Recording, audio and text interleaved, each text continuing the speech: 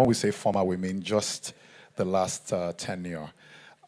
One interesting fact that we might not be aware of is that Mrs. Folashade Adefisayo was also our board chairman at SKLD Integrated Services for at least about 2 to 3 years before she got appointed to become the Honorable Commissioner for Lagos State. So we really value your presence here, Ma. Thank you so much.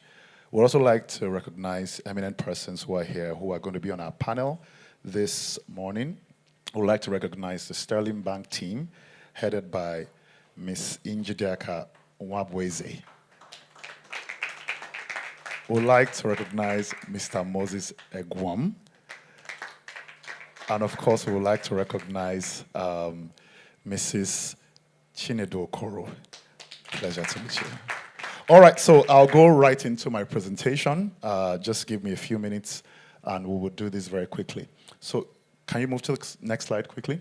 So I'll just talk about, SKLD and talk about the vision for the ESS 2024, talk about the product categories we're focused on, the partner brand and our clients. Next slide. So I had mentioned earlier about our founding partner and managing director, Mrs. Temilola Adekpetun. So this business started in September 9th, 2000. And we've been through quite a number of seasons. We started off with the retail business, and we have moved since to the B2B model, where we work with schools directly. Today, we work with over 600 schools in Nigeria actively, and some schools outside of this country.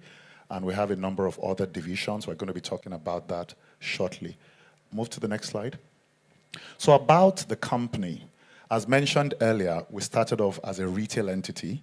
And today we have a retail network of about 7 stores, physical stores, located in Lagos, Abuja, and Port Harcourt.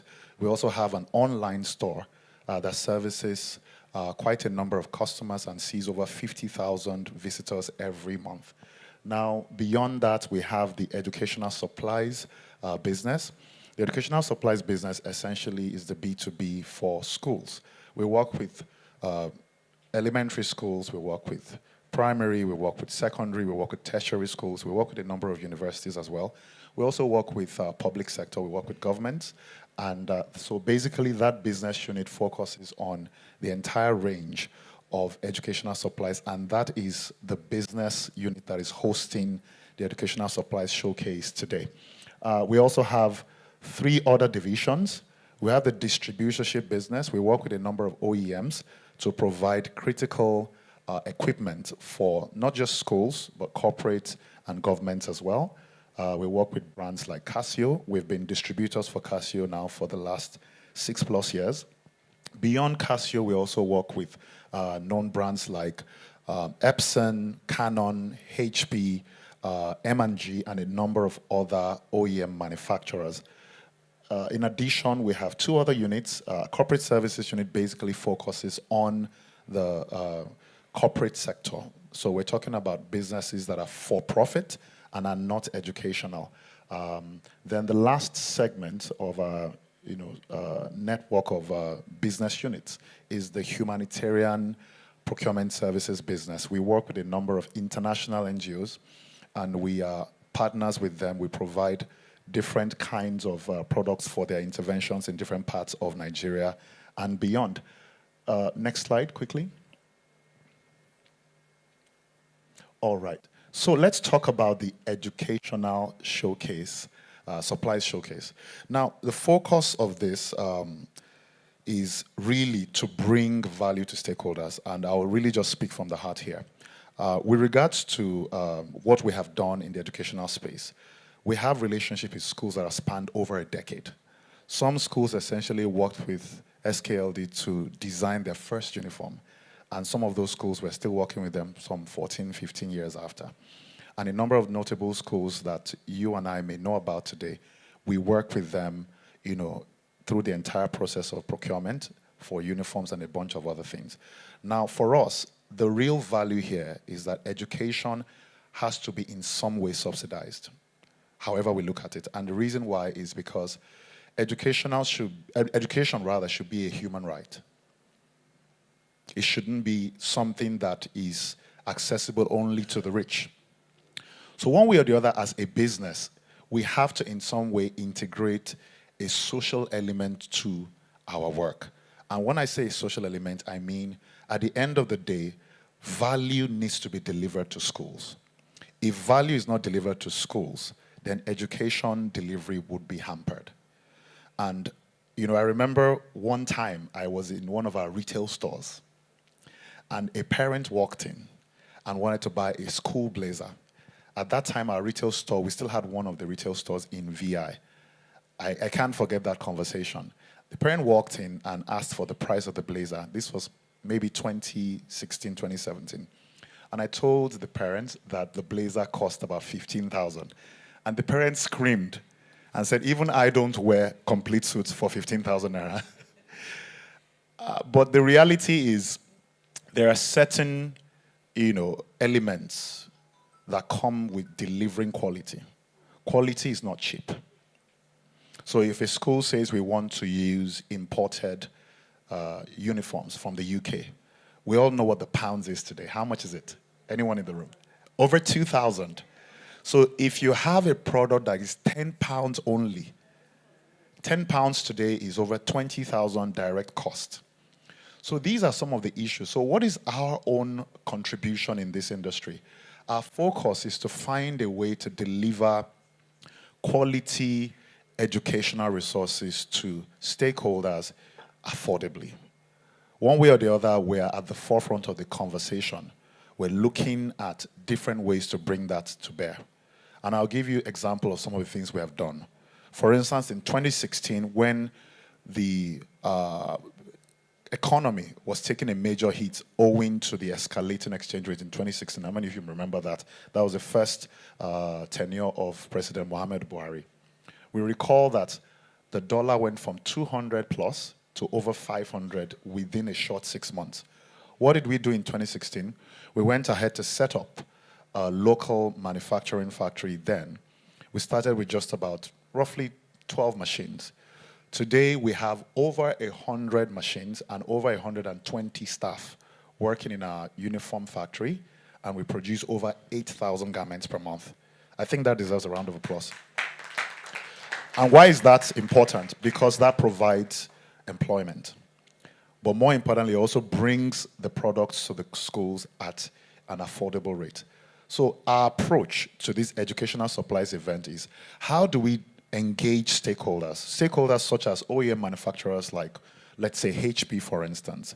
Let's say Canon, for instance. Let's say Epson, M&G stationaries.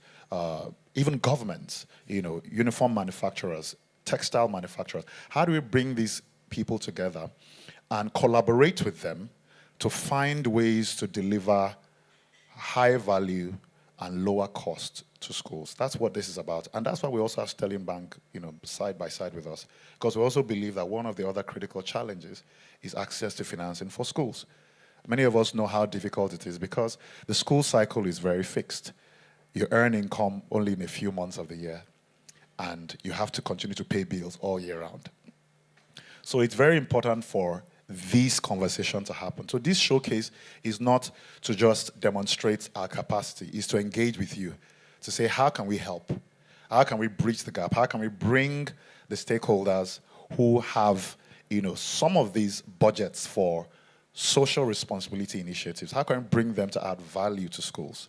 We all know what the recommendation for, let's say, World Bank is in terms of budgets for education for nations. But we know that in our country today, the budget for education is very thin and is inadequate, grossly inadequate to go around. We know the number of out-of-school children that we have in this country. So these are conversations that SKLD is trying to drive, in saying we can deliver more value if we collaborate together and see how we can create a win-win situation for all stakeholders.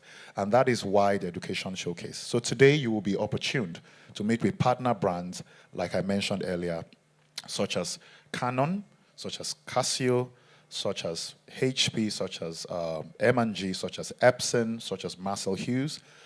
We have Sarah Furniture, which is in the furniture division. We also have chapters is also focused on stationery. So we're going to be seeing all these brands. There's an exhibition booth right behind this hall. So after we're done with our proceedings today, we'll invite you to go there. Now, quickly, next slide. Let me just mention. So what we have here on display today is school uniforms, generally wearables. We have stationery and office supplies for schools. So beyond just what the students use, we also have stationery for the school itself. We also have educational technology gadgets, basically to provide whatever infrastructure we need to deliver education, digitally. And then we have a school furniture vendor as well. Let's move to the next slide. Let me just wind up this quickly. So these are our partner brands. I've mentioned them already. Next slide. All right, so these are some clients. Like I said, we have quite a number of schools we work with. Class A, Class B, Class C schools, Class D schools. We work with everybody in the industry. Idea is if there is a need and there is a clear desire to get value and to get quality, SKLD is involved and SKLD sees it as business. So with this, I'd like to thank you again for being here with us this morning.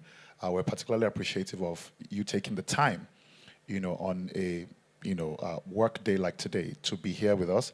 And I'd just like to say thank you again for coming for the Education Supplies Showcase 2024. We believe that this is the first of many editions that will come in the future. Sit back, relax, and enjoy the showcase. Thank you very much. All right. Thank you very much, Mr. Tayo Oshiemi. Okay, so it would be great for me to let us know that there are certain skills and tools that we will need in this event. You need to be tech savvy here. If you're not, you can ask your neighbor for help. Don't be shy. Listen, you need to even first download the QR code scanner because we will be giving out gifts in this event, but we also need to integrate tech with it. Through tech, we will receive gifts.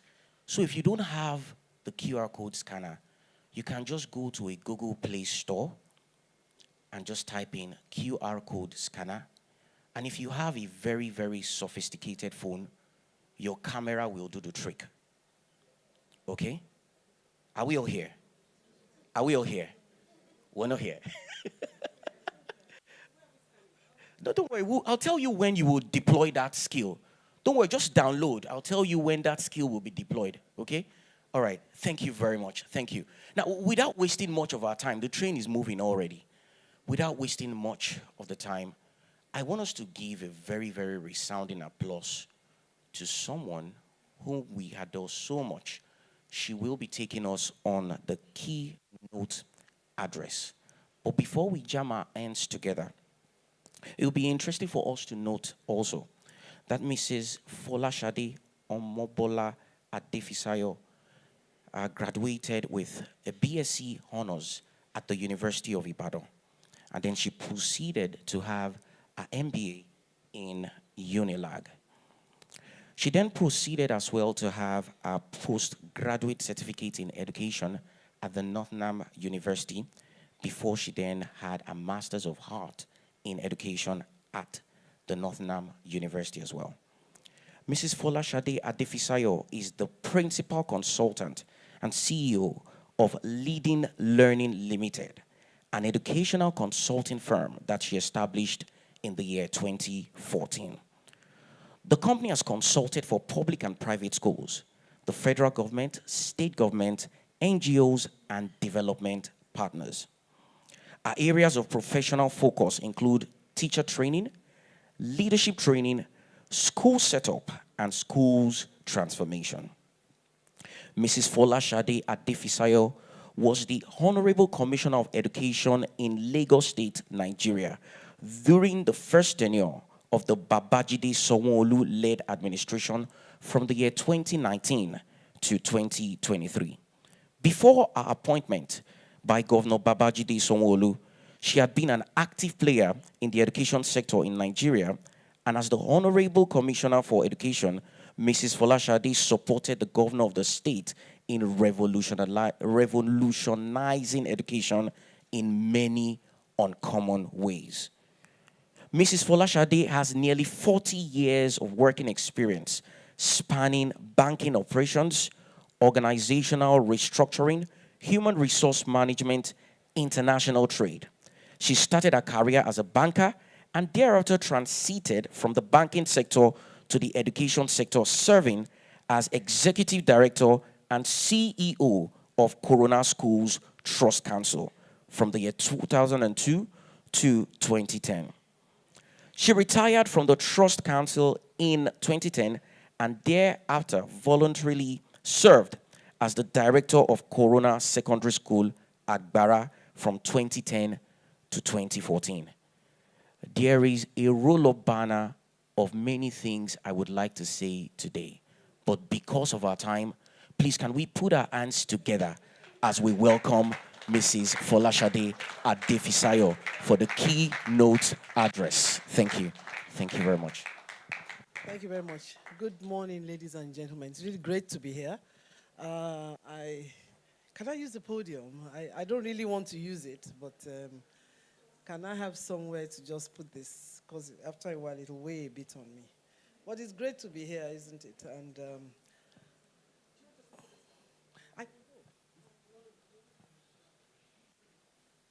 anyway,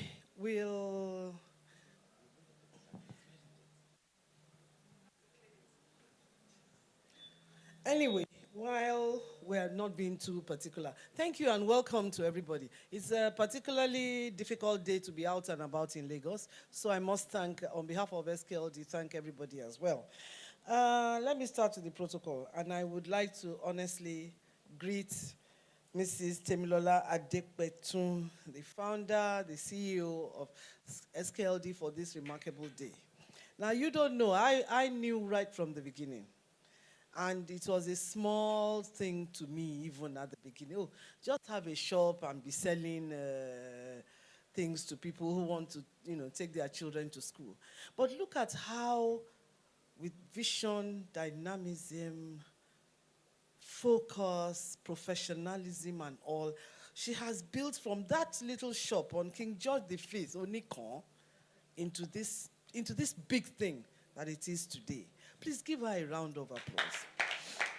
As I said, I was her chairman for a brief period, but I was in it with her. I walked the walk with her, the talk with her right from day one because, people say sister from another mother. Do you know I consider it a bit pedestrian in describing my relationship with Mrs. Adekbetu? For me, she is a soulmate to me, and my relationship with her is one of the most important, if not the most important, in my life.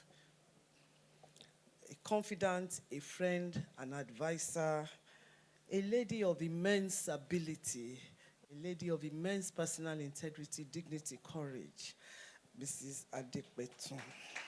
Temilola, as I call her. Love you always, always, always. So, and she has built SKLD. And then she took on Tayo, or Shiemi. And she had the courage again to say, and she told me something that shocked me a little bit, but I knew it was just her, that she's now on the verge of retirement. One would think, would you retire from the company that you founded? But she's determined to, and I know she's been stepping back all these years. And so she stepped back and gave the place to, and she's taking on a young man who, honestly, I don't know where she found him. I'm looking for somebody like that as well. Somebody with the courage and the dignity and the integrity also, even at his age, to run this organization with professionalism. So, Tayo, I greet you and the whole team of SKLD.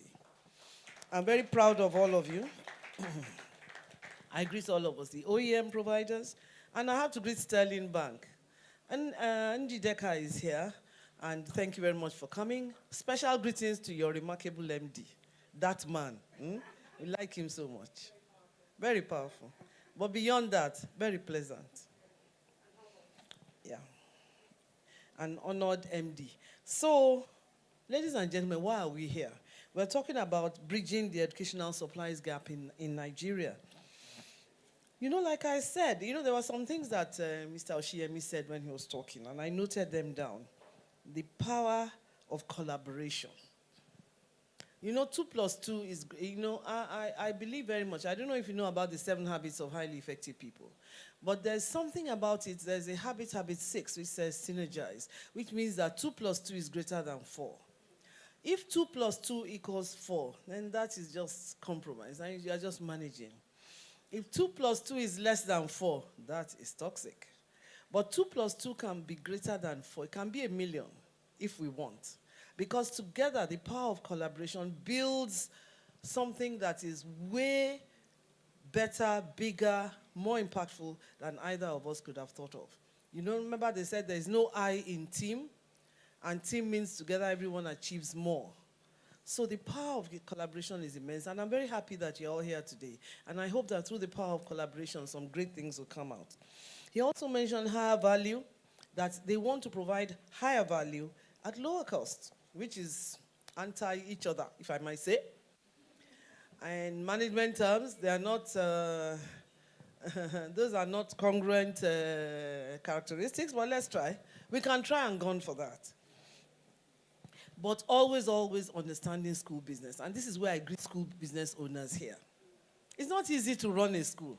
Everybody thinks it's easy. Just open somewhere, put some people there, they will be teaching at the end of the term. How much did we make? In fact, you can ask every day, how much is in the bank account? 500,000, transfer it to me. It's not easy. It doesn't run like that.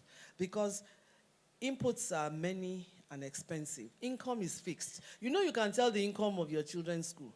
How much do you pay by school fees? How many children are in the school? Multiply one by the other, and you've got their income. But there are many costs. There are salaries, which often in many schools take up as high as 60% of the total expenses. Then you have to think of inputs.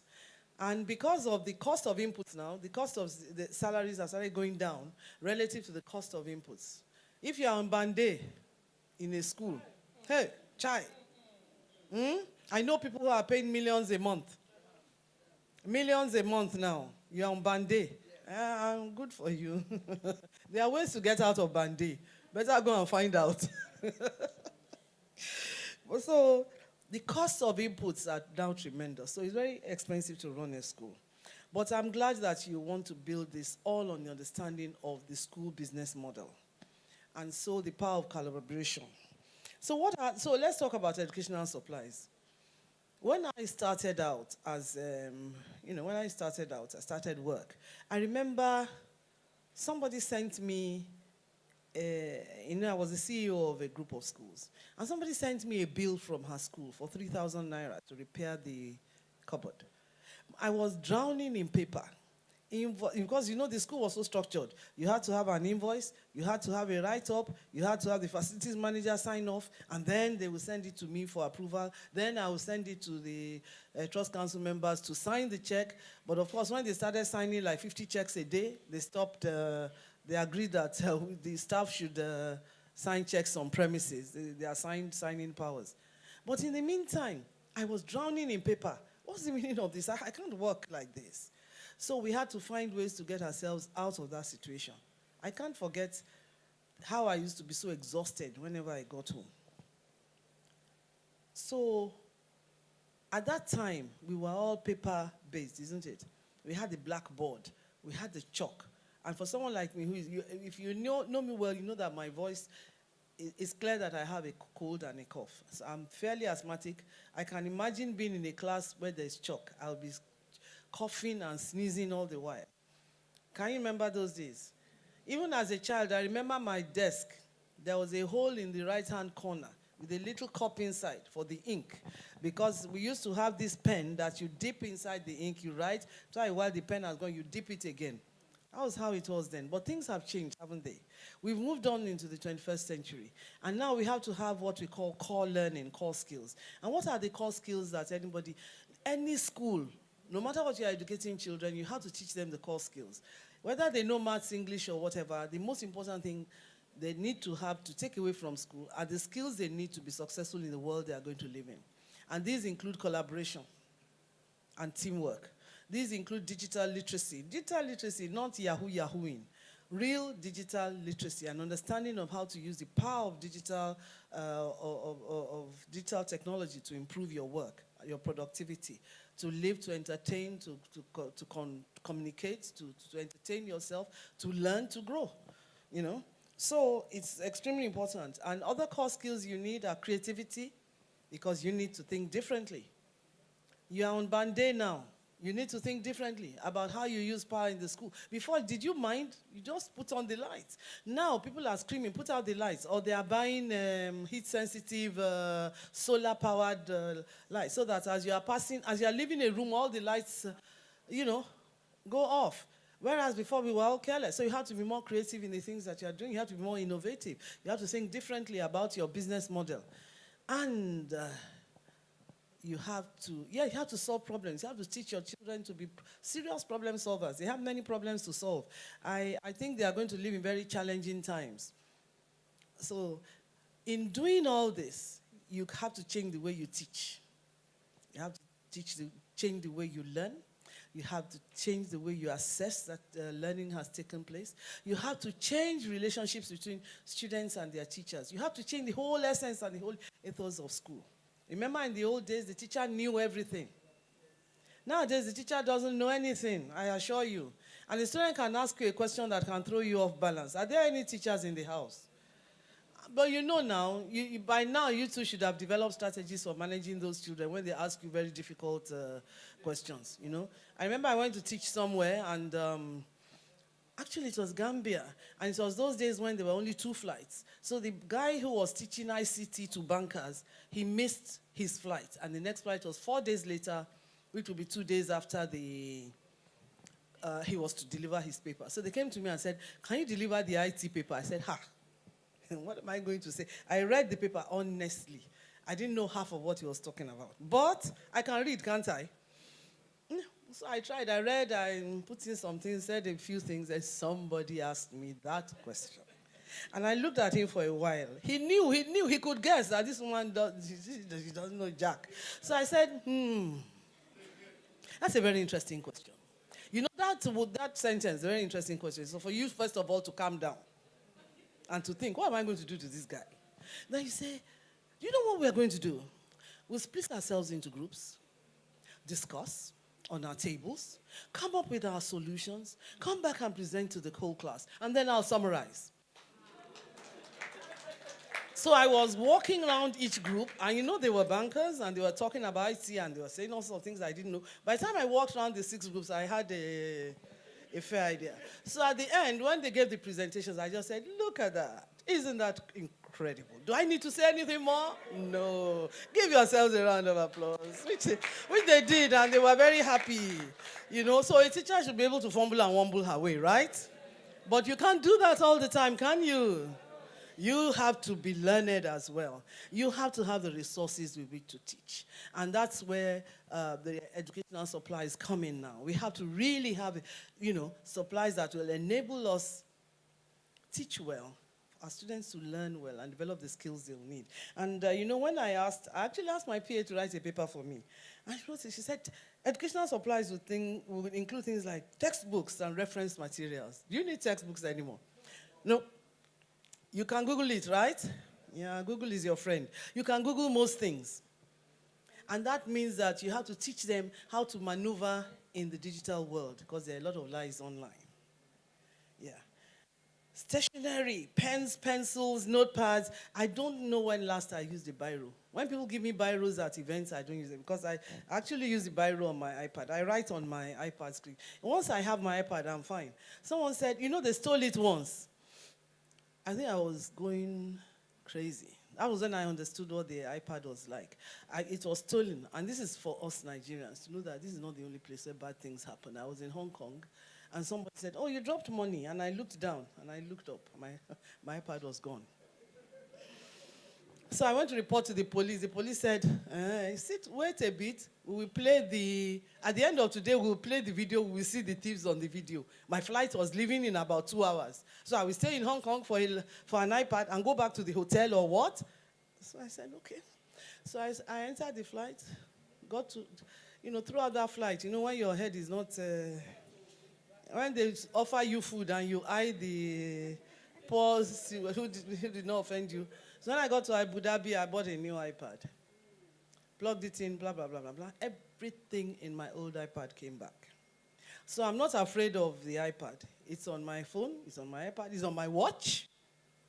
It's on every device, and it synchronizes seamlessly. So why do I need pencils? So teachers and suppliers of pencils, I feel for you. Digital devices, Now we all need digital devices, but you know there's a big problem. She told us the rate is now 2,000 plus for pounds, 2,000 naira for pounds. So you can imagine that I'm a rabid user of Mac. I have Mac haters in my family who detest Mac, but I always use Mac. My first Mac I bought for $1,000. It was then, the rate was 140. So how much was it? 140,000 naira. The last Mac, the Mac is now 1.8 million. But it is still $1,000 plus. So I've had to insure it. This time I had to insure it. Because you can't, and I don't carry it about. But we still have to invest in digital devices. Laboratory equipment. Do you know you can do a lot of equipment, a lot of your experiments online now? There's software for this, there's a lot happening there. And classroom furniture, which we still have to sit at desks and chairs and tables. But they do not have to be what they were before. I told you what my desk was as a child, with a little hole in the corner for my ink well. Now we have to have flexible furniture so that we can change the arrangement of the classroom. It can be collaborative, it can be individual work, it can be anything you want it to. You can turn your class into a stage, And so it's very important that you understand all this. And of course, you cannot use the blackboard anymore. In fact, Madam here was telling me that no teacher can teach without a smart board anymore. You are not a good teacher if you cannot use a smart board. I didn't say so. But think about it if you are a teacher and you don't know how to use a smart board. Think about it. Just say, this woman said something. So things have changed, haven't they? And there's a big gap. But there is a big gap because of the funding problem. And so this is where I say, how do you solve it? I'm one of those who do not like talking too much. I always want to say, let's get to the answer. And that's why, I like to use the NATO. I'm sure you've heard of NATO. What does NATO mean? North Atlantic Treaty Organization, right? It's also no action, talk only. So can we act instead of talking? So what do we need to do? I think it's clear. We still have to do some paper because of the low accessibility of IT across the country.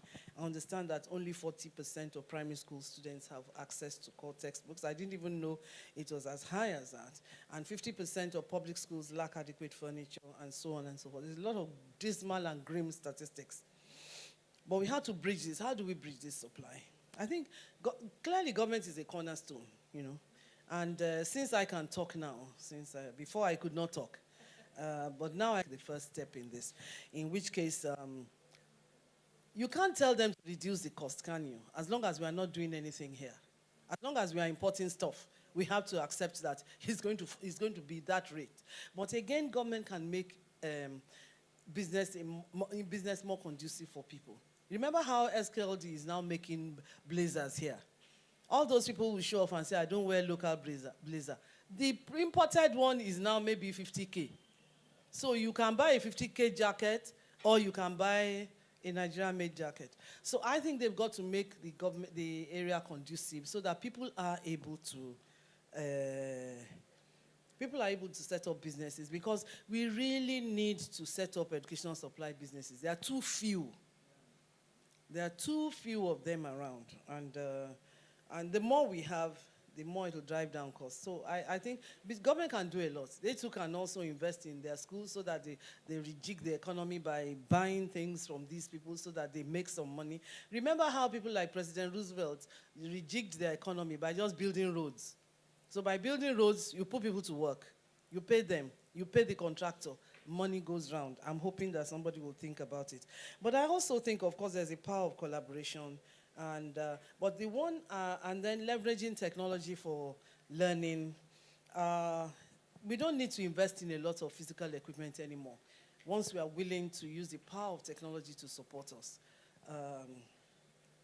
We have to work globally, and that's why I'm happy SKLD is working with foreign organizations, because development organizations, because the more we work with them, the more we'll be able to come up with solutions that are not just commercial, but would help the typical Nigerian child.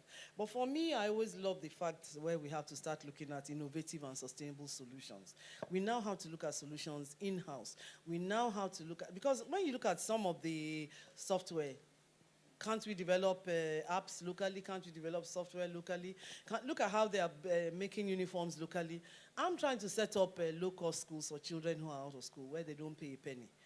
I'm trying to look at the cheapest way for me to do many of the things, but the inputs are really killing. And so I think all of us should start to look inward and look at innovative and sustainable solutions that we can look at, that we can develop in-house. Now, I said I don't want to talk too much. It's not a day where you talk too much, and it's a day where I hope you will sit back and appreciate the moment. They say seize the moment, right? So I hope you'll seize the moment and use this as a moment to bridge that. At least we can bridge it in our own way by meeting each other, by networking with each other, exchanging cards, talking to each other, finding out what you do, so that if I learn what you do, maybe I can plug into what you do, and maybe we can support ourselves one way or the other. In which case, we have to thank, once again, the people who are driving this. It takes a creative imagination and dynamism to think about this. Somebody said, the MC said we will come back next week. So are you going who's going to pay for the venue again next week? Is it not costly? So we are not coming back next week. This is what we are going to do, and possibly we'll do another one next year. But in the meantime, I think we should give kudos to the dynamism and the thinking behind this. Thank you very much. Have nice celebrations. Thank you very, very much. Please, let's put a round of applause. Let's jam our hands together again. Thank you so much, Ma. Thank you so much, Ma. I mean, one thing stood out for me from what she said. I remember one time I stumbled on a message from Pastor Sam, and he said he preached a message on eagle as the highest flying bird. Only for him to get home, and his wife told him, a young girl came to me and said, Pastor is wrong. You can imagine preaching a sermon and everything is on eagle. And you get home and your wife says, somebody just came to me and said, eagle is not the highest flying bird. He said, really? Went online and checked it. It's called a griffin vulture. I mean, the bird flies so high that a pilot can literally stumble on it right there in the sky. So, yeah, that's what it's called. I think it's called Rufet Griffin Vulture or something like that. That's what the bird is called. So, I mean, it goes to tell us that there's so much you can do as a teacher, but you also need to understand that learning is accessible everywhere. So you must have done your homework very perfectly to stand in front of the students. I want to ask our teachers a question. We will not answer it here. How do you train the Gen Zs? We'll talk about that later. We'll talk about that. You must be highly skilled to be training the Gen Zs. Highly, highly skilled. Now, we'll talk about that later. Now, remember, please, another thing that Mommy said to us is that we need to network. As much as you can, ensure that you move around and speak with people. Engage with them. Engage with them. Engage them thoroughly. You never can tell. You could have a collaboration with them in the next few months on something that could transform your school or even transform the educational landscape in Lagos State or in Nigeria. I wouldn't like to waste much time. Let us go over to what we have come here to do. We have a QR code that will appear on the screen right now. This is where we now need to deploy that skill. There's a QR code that will appear on the screen, and we have questions there that we need to answer. If you don't get the answers right, don't flog your students that they don't know book. If the QR code sort of seems a bit distorted, so if it doesn't work, please just go over to the website that you have above. That's the ahaslides.com. Just go over to ahaslides.com. Please, I need someone to communicate with me. Is the QR code working? It does work. Fantastic. Amazing. Good. Once you do that, it takes you to the next interface where you then need to put in your name.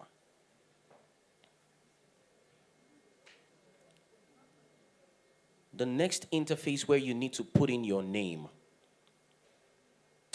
I need a quiz master to let me know when we can start. The quiz master at the back.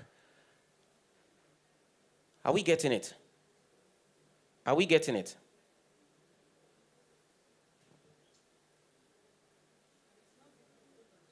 The QR code is not working.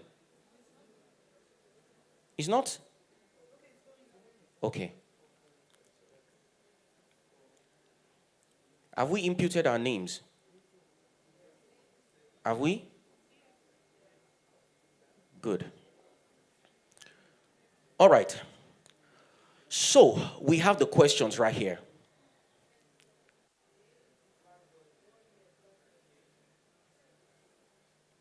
And we're starting.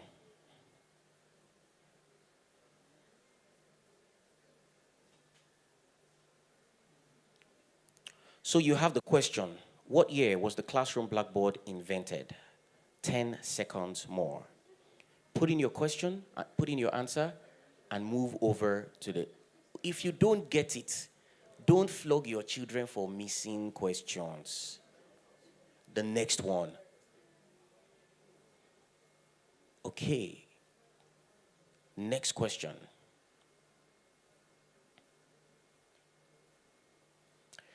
So if you look at the question right here, we have the person, Mr. David, got the answer right. Please, who is Mr. David? Mr. David. He's a media person. No. So, who is Oriented Souls? Oriented Souls. Amazing. Please, I need someone at the back to help me write this down because we'll be giving them a gift. And then Claire Origomisa. Sorry, I don't know if I got that right. Amazing. Please, can we put our hands together for them? Please, let's put our hands together. Let's put our hands together for them, please. All right, the next question.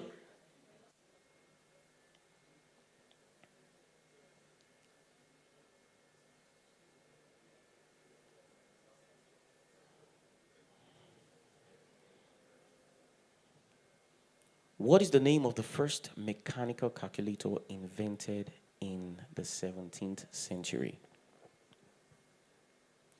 4 seconds.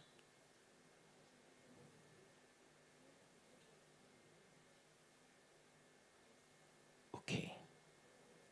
So we have how many people? How many people attempted this? 16, 19, 20, 21. 21 people attempted. And then only 3 people got it right. Is this, can we see who this is? Pascaline. Okay, this is more like the leaderboard for the overall. So Pascaline got it right. This is the leaderboard for all the questions. So what we will do is go through all the questions and then we will see who wins in the end. So let's go over to the third question.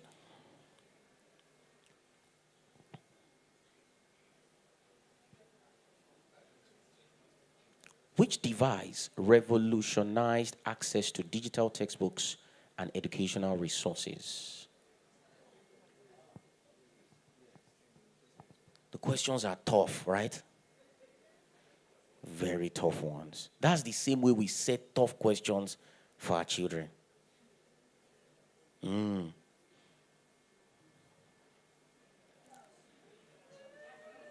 Amazing. All right, good. Let's see what the leaderboard gives us. Oriented Souls, still topping.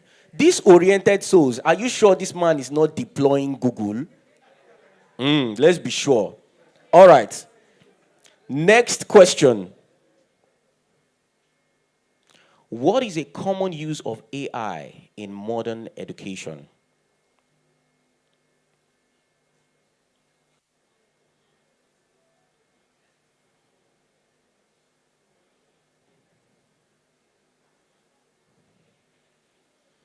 5 seconds more.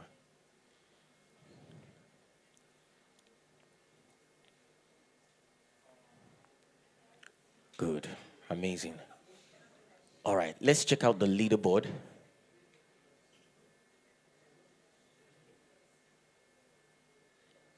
Oriented souls again. Good. Let's go to the next question.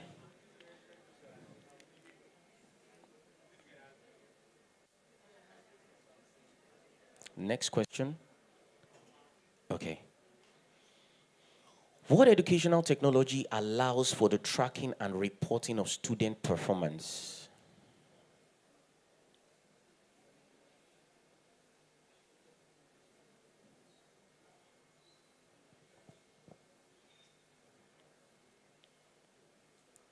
This one is cheap.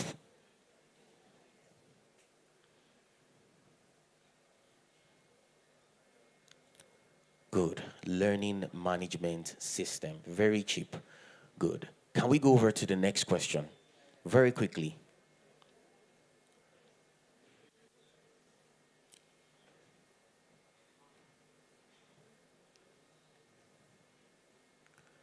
What modern tool helps in conducting remote classes and meetings? Very cheap question.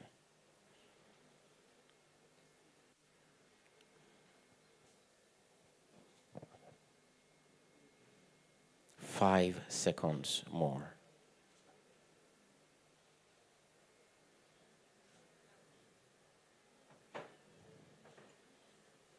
Good. Video conferencing software. Very, very cheap.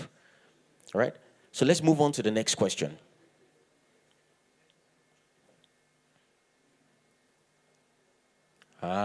Jessica is leading. Next question, please.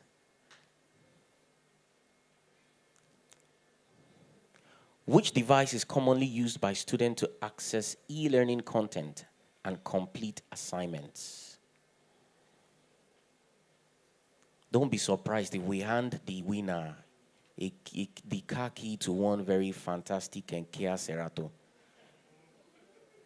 So those of us who are not part, I've seen people, they are getting, when they heard Cerato, they grab their phones.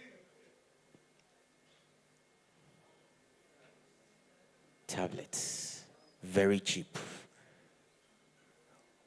We're going to the last question.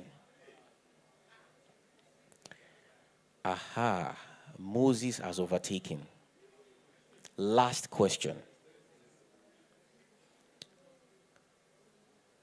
What does blended learning or hybrid learning refer to?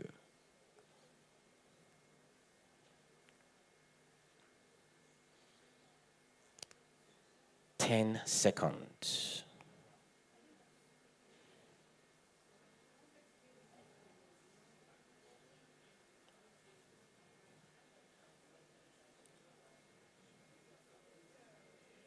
Good. A combination of in-person and online learning. Now that we have gone through the 10 questions.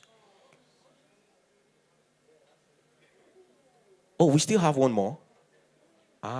What does the term gamification mean in the educational context? Let's take just this one and then we round it up.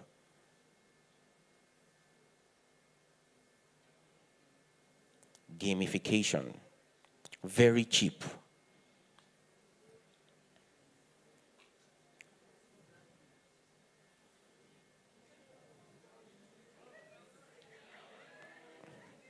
Amazing. All right, so now that we've come to the end of this, can we see who the overall winner is?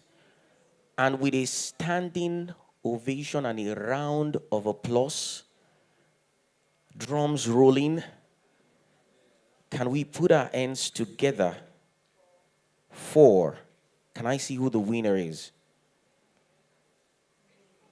And the overall winner is Bemi Leke. Can we put our hands with 565 points? Haven't answered or gone through 11 questions. Can we put our hands? Can we please come forward? Please come forward. Immediately he took the last question. He did yes. I knew the guy. Moses had been crossing the Red Sea, but at the end. All right, can we put our hands together for Gbemeleke again? Put our hands together for him. What school? From what school, sir? Peaceville International Academy. Peaceville International Academy. Amazing. We have a very from Redeem Camp. Good. Holy water things. Heaven has opened. Amazing. So we will be giving him a gift at the end of this event, or probably towards the session where we'll be going over to the exhibition and booth. We'll be presenting his gift to him. If you care to know what we're giving him, stick around. You'll be shocked and amazed. All right, let's put our hands together to him once again. Good. Now we'll be moving over to a very, very interesting session. And right now, we've taken the pain to actually call upon some of our partners, just to be present at this event. Of course, it's an educational supplies showcase, and it would not be complete if we don't have the partners come themselves to address you or tell you what remarkable value that they have, especially for the educational community. And without further ado, please join your hands together as we bring on Madam Busayo from Epson. Please join your hands together. Please put your hands together. All the way from Epson. She manages the conversation on printers and the interactive whiteboards here in Nigeria. Please put your hands together for her once again. If you are a man and you are not putting, it means you are beefing women. Oh. Put your hands together for her. Thank you. Thank you very much. Hello, everyone. Hello. All right.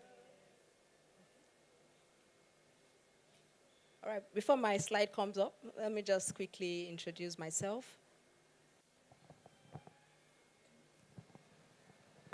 All right, thank you.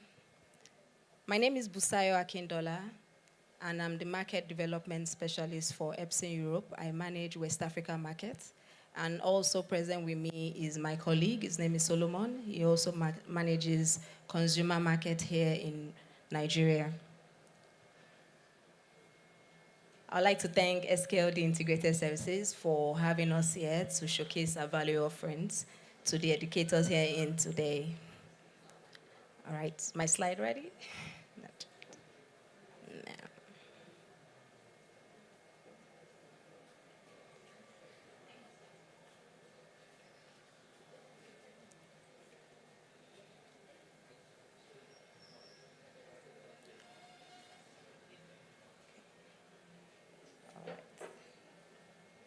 Thank you.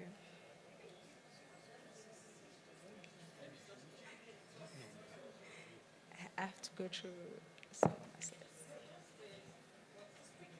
Okay.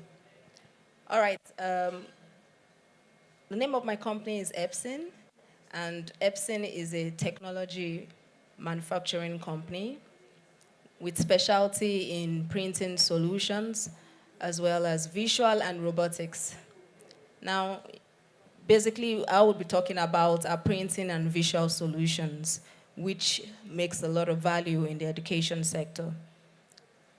Our head office is in Japan, and we have all the regional offices in Asia, America, Europe, and in Africa. And in Africa, we have about 40 locations. In Nigeria, we have a demo center in Maryland, Lagos, Ikeja. And all right, I think I'll just have to run through, in my head and all that. So for the first solution, which is about projectors, just like the keynote speaker said, that today you would see that schools, I'll say when I started, we started with a blackboard and a chalk, right? And we see that it has evolved where today you would have the white marker boards and then sorry. Okay.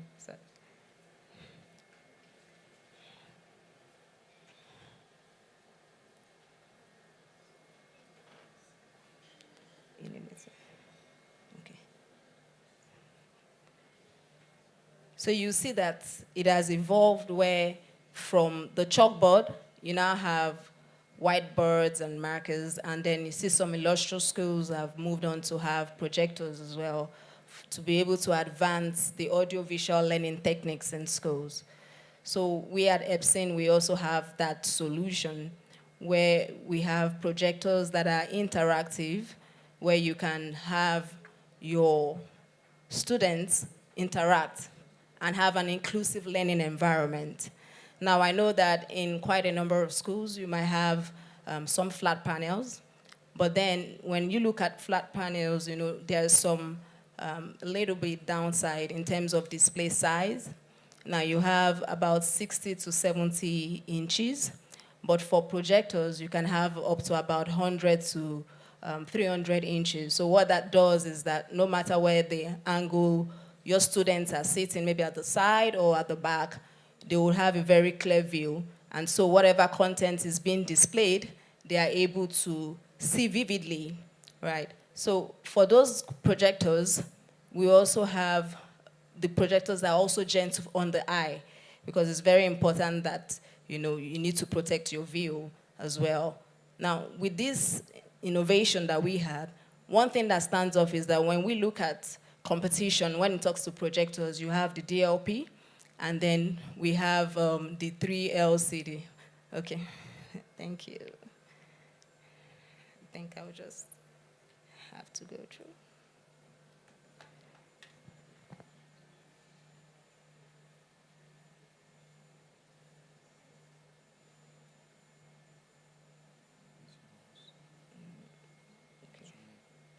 Okay.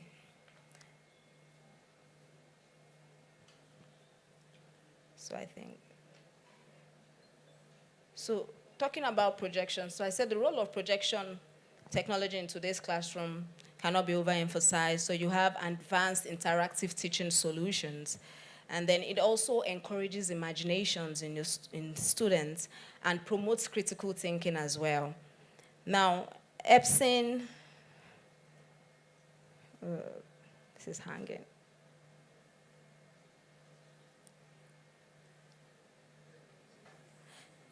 So now talking about our technology. So I was saying that we have the DLP technology as well as the 3LCD technology. Now, we are global market leaders since 2001 up to date. And the reason being that we have evolved over the years in innovation with our projectors. Now, when you have, for example, you want to purchase a device, and then you go in there and you ask for, let's say, 3,000 lumens, for those that are familiar with purchasing projectors. Now, with the DLP, you have one chip. And then with 3LCD, you have 3 chips. So what that means is that with the one chip technology DLP, you would get 3,000 lumens, for example, if that is the one you want to buy. But the color output is usually like 700. So there is really limitations in terms of color accuracy. But with the 3LCD technology, if you're buying a 3,000 lumens projector, you would get the 3,000 for the white output, and the RGB, which is the color, you would also get 3,000. And that's what makes us stand out in our technology. So in terms of the true colors and the brightness, you'd be able to get that vividly, just like the eyes can see.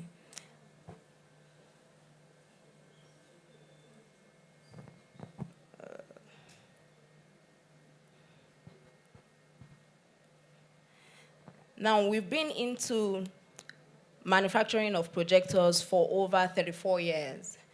And we started with our first projector in 1989. And from 1999 through to 2016, we have evolved. We have gotten so many awards as well when it comes to projecting. And from 2016 all to 2022, we've also become world's first. So we've had a first mover advantage with so many numerous innovations in projector, and that's what makes us #1 world leaders.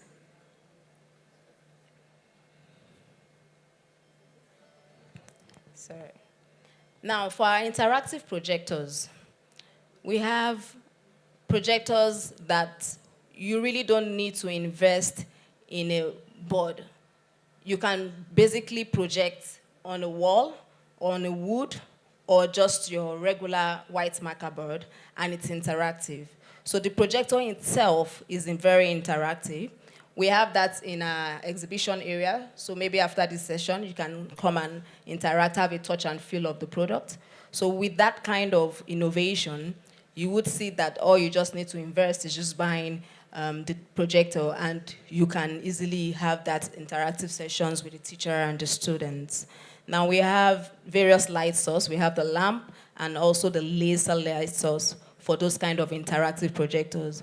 Another thing with this is wireless, and you can also do screen mirroring. So you have a lot of people that in a class, up to about 50 students that can connect easily to that projector, and they can also cast.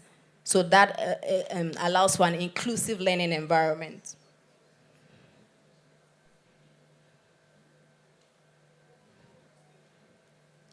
Now, we also have non-interactive projectors where you can just display contents. With those ones, it's not interactive. Sorry. Oh, is it showing now? Oh, I think we need to really run through this started.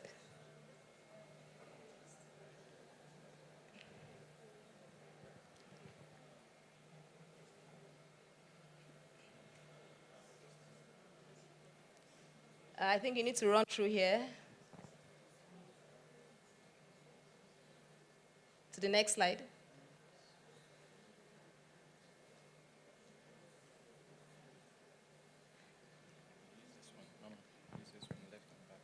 But can you play this now?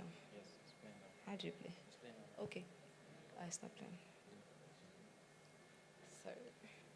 Oh yeah, I just need to rush. All right, I think let's just do away with that for now, since it's not projecting.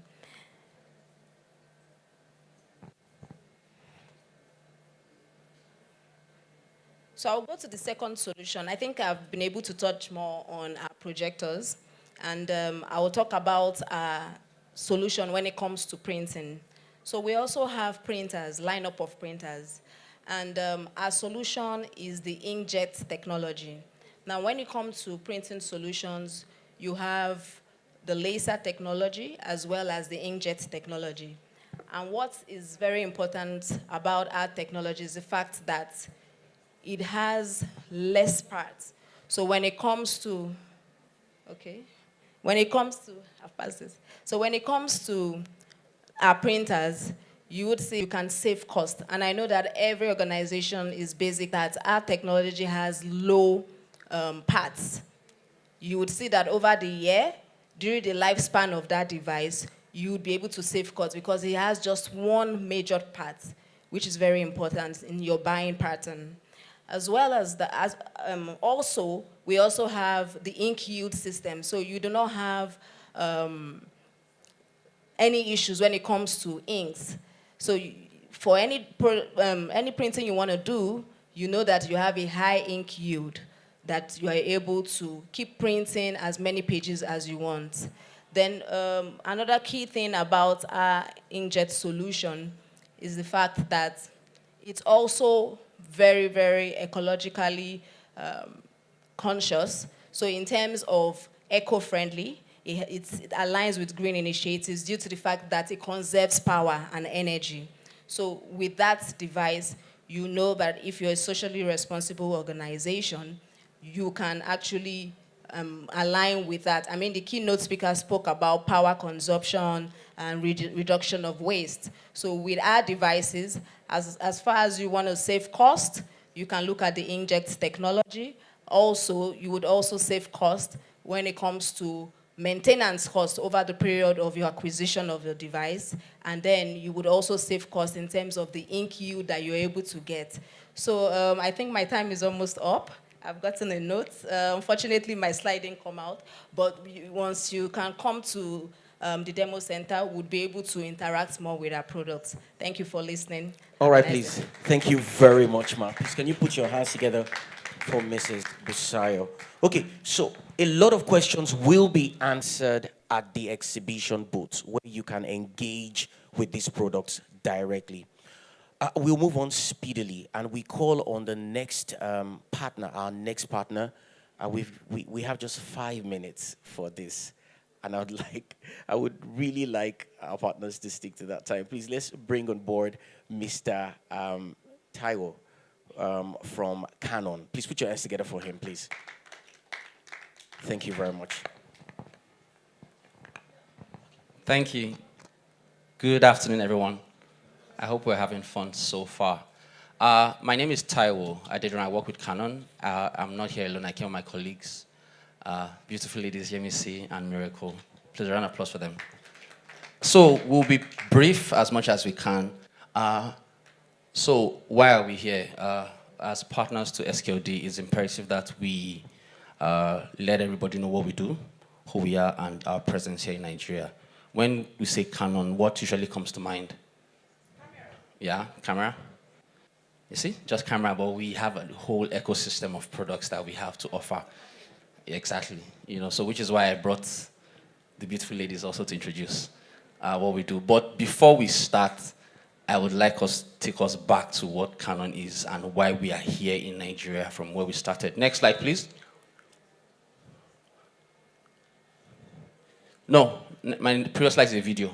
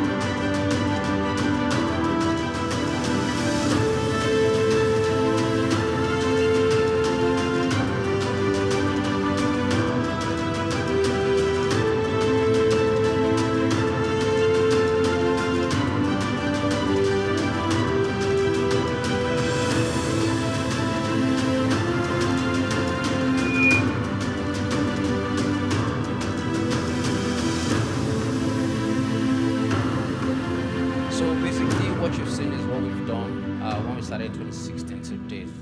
And we are riding on our philosophy, which is Kiyose. Next slide, please. Which is working together for the common good of the region that we find ourselves in. And we don't do that alone.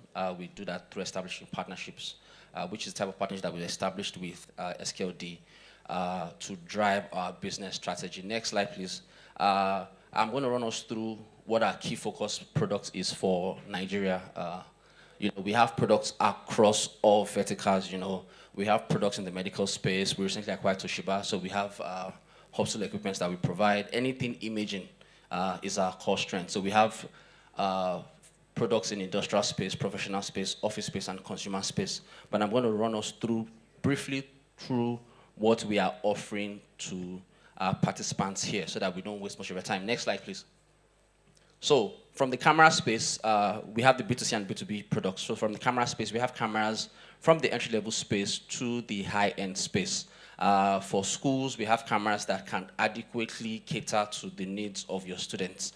For those of us that are picking the skills in photography, you know what they say about learning. Learning is teaching, and teaching is learning. Right? So what we also want to do is raise the next generation of content creators, videographers, photographers, filmmakers in the industry by teaching them how to use the equipment. I'm going to run through on that slide on how we can do that. So this is a brief rundown of the products that we have. We are going to be at the exhibition stand, so if you want us to talk about products for professional, amateur, and mid-level, will be available to do that. Next slide, please. In our print category, we have the most famous G series. I will call on my colleague Miracle to talk briefly about the G series and how we can cater to your needs, either as a parent, as a school, as an institution, or as a final consumer. Thank you, Taiwo. Good afternoon, everyone. So just to be brief, we offer the traditional printers. We offer the CISS, which is Continuous Ink Supply System, which is what we call internally as G-Series. We have different models under the G-Series to cater to your budget and your operational needs. And because of time, I'm not going to be going into it, but these are the new devices that we just brought in country. If you can see, they are in very exciting colors. The normal printers out there are in black and white, but we have models that have come in purple, red colors, just to suit some specific demography where we think your students fall. So imagine having your small baby girl of 12 with her MacBook of a pink color and a matching printer of a pink color. It will give so much beauty to her work, and it will also open her mind to creativity. And be rest assured that this is very, very affordable. So if you want to know more about these lineups, I'll just be outside, and then we can get into details after now. Thank you very much. Thank you. Next slide, please. So we have the B2B category that I will allow Yemi to talk about. Good afternoon, everyone. My name is Yemi, Channel Account Manager in Canon, and I'm just here to talk about discuss about our iron printers. So like Taiwo said, that we have printers that, cuts across different categories. So, but ours are usually, they're positioned to be able to give you bigger outputs for low budget. So basically, the range of our products goes from scanners to image runner printers, the TM series, that's for large format printers, and those doing production. Next slide, please. So on the image runner series is is the perfect printer for schools because we noticed that we have schools that usually go outside to print for their exams and their tests and all, but we have printers that would suit this issue or challenge for schools. You don't have to go outside to print anymore. You just have to buy one of these printers, and their consumables are very affordable. So these printers are the perfect devices for schools, admins, and for teachers. Next slide, please. Okay, so we have the large format series, and you can all see the range, the TA, the TM, TX, TZ series. These printers are perfect for subjects like intro tech, that's introductory technology, for fine arts, for geography. So for our teachers that are printing maps and you have designs for your intro tech, these printers are the perfect devices to do all that for you at affordable cost. Next slide, please. So I'll allow Taiwo to talk about the Canon Academy. Thank you. I will rush us through. So this is the main reason why we're here. We just wanted to run you through our portfolios. Now, we have a program called the Canon Academy Junior Program. This program is basically designed for schools to foster education. You know what they say about education? I hear, I see, I do, and I understand. Right, so we have this program designed for schools to educate and raise the next generation of content creators. You know, with the internet craze, everybody's creating content. Next generation of photographers, next generation of cinematographers. We're basically doing a Catch Them Young program designed for schools. Now, this is in two sides. You have the photo side, the visual side, and then you have the print side. Next slide, please. So we've kickstarted this program already. It's something we've been doing now in the last 4 years. Our most recent collaboration is with Greenwood Schools in Ikoyi. We are actually first targeting top tier 1 schools, and then we cascade down to that level of schools. So this will show you what we've done with the schools. We've had classes from ages from 9 to 16, where we've trained them in 4 sessions on photography, from understanding what photography is down to how to use a product and what ideal camera you can use. Next slide, please. Now, who are the guys that are supposed to join and why do you want to join? First, you get hands-on training from us, right? We have certified local trainers. I'm not talking of international trainers. Certified Nigerian trainers who have been certified by our headquarters in London. And then the classes are tailored towards 2 age different groups, as I said. And then what are the benefits that they get? They get a certificate of attendance and participation, and of course, there are some other benefits that they get. Next slide, please.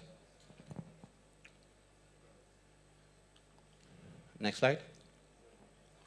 So, what is the model? The model is to run these classes in cycles. So it's either we can have it as an after-school program, a weekend program, or during the week, right? Maximum 1-2 hours, and we're done. And then we go to the next cycle. And then these sessions are based on the curriculum that we have set by ourselves, which is the general curriculum that is going to be used in schools, particularly for schools also teaching photography as well. We also have a train-the-trainer model, where we can train your established staffs already who are also teaching photography or in arts department, and then we run that program, and then they can now continue to train the students on our behalf. But from the pilot phase, in collaboration with SKD, we will run the programs by ourselves with our own certified trainers. Next slide, please. Now, the benefits, as I said, you get a certification of participation awarded to the students and also to the school as well. Next slide. Of course, because we want them to fly the brand, you know, they also get t-shirts as well. Something that they can be proud of to take home to their mommy and daddies and say, see, this is my own t-shirt. And of course, we also give them cameras for them to use and train. But of course, the cameras is just for them to use and train. It's important that they have their own cameras, or else you will hear their wailings and naggings and cryings for their own cameras, because part of the assignments we give them also is to go home and take pictures. So if they don't have cameras, of course, in the first phase, we can allow them to make use of their mobile phones, but we do not encourage it because the image resolution is completely different. The experience is different as against using the cameras. Next slide. Now, once we kickstart in partnership with your schools, we, from our own side, will handle marketing and public relations. We'll have a press release in collaboration with SKD. We'll have promo materials that will go online to announce the partnership and collaboration with us and the schools involved.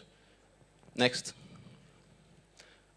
If that sounds great to you, we are available at the exhibition stand to kickstart and sign off. Thank you very much. Thank you very much. Please, let's put our hands together for Mr. Taiwo from Canon. Thank you very much. Thank you.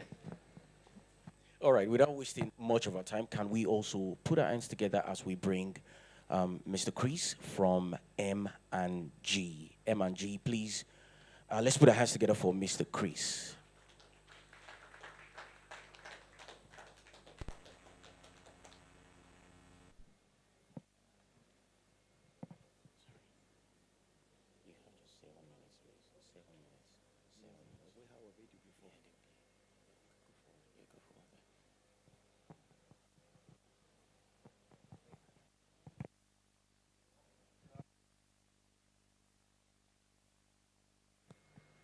Hello. Okay. Good afternoon, ladies and gentlemen.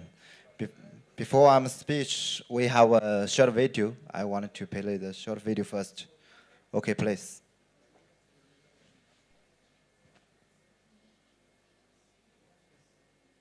Today, a stationery brand is rising up in China. That is M&G. Shanghai M&G Stationery Incorporated is a comprehensive stationery supplier which integrates creative values with service advantages. M&G has developed into the leading company in Chinese stationery industry, moving towards a world-class stationery supplier. Innovation and creativity. M&G Stationery stands firm in innovation-driven development. Its creative team is comprised of the talents from around the world. Thanks to the diversified talents and vigorous atmosphere, M&G has been maintaining its product advantages and industry-leading innovation speed.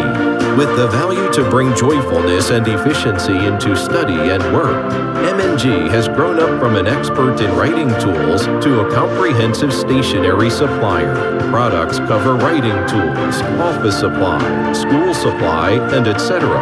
As one of the most comprehensive stationery suppliers in the world. With decades of efforts in research and development, M&G now leads the Chinese stationery industry with key know-hows and nearly 800 intellectual properties. From made in China to created in China, M&G is down-to-earth in daily operation and innovative in exploration, pioneering the China stationery industry.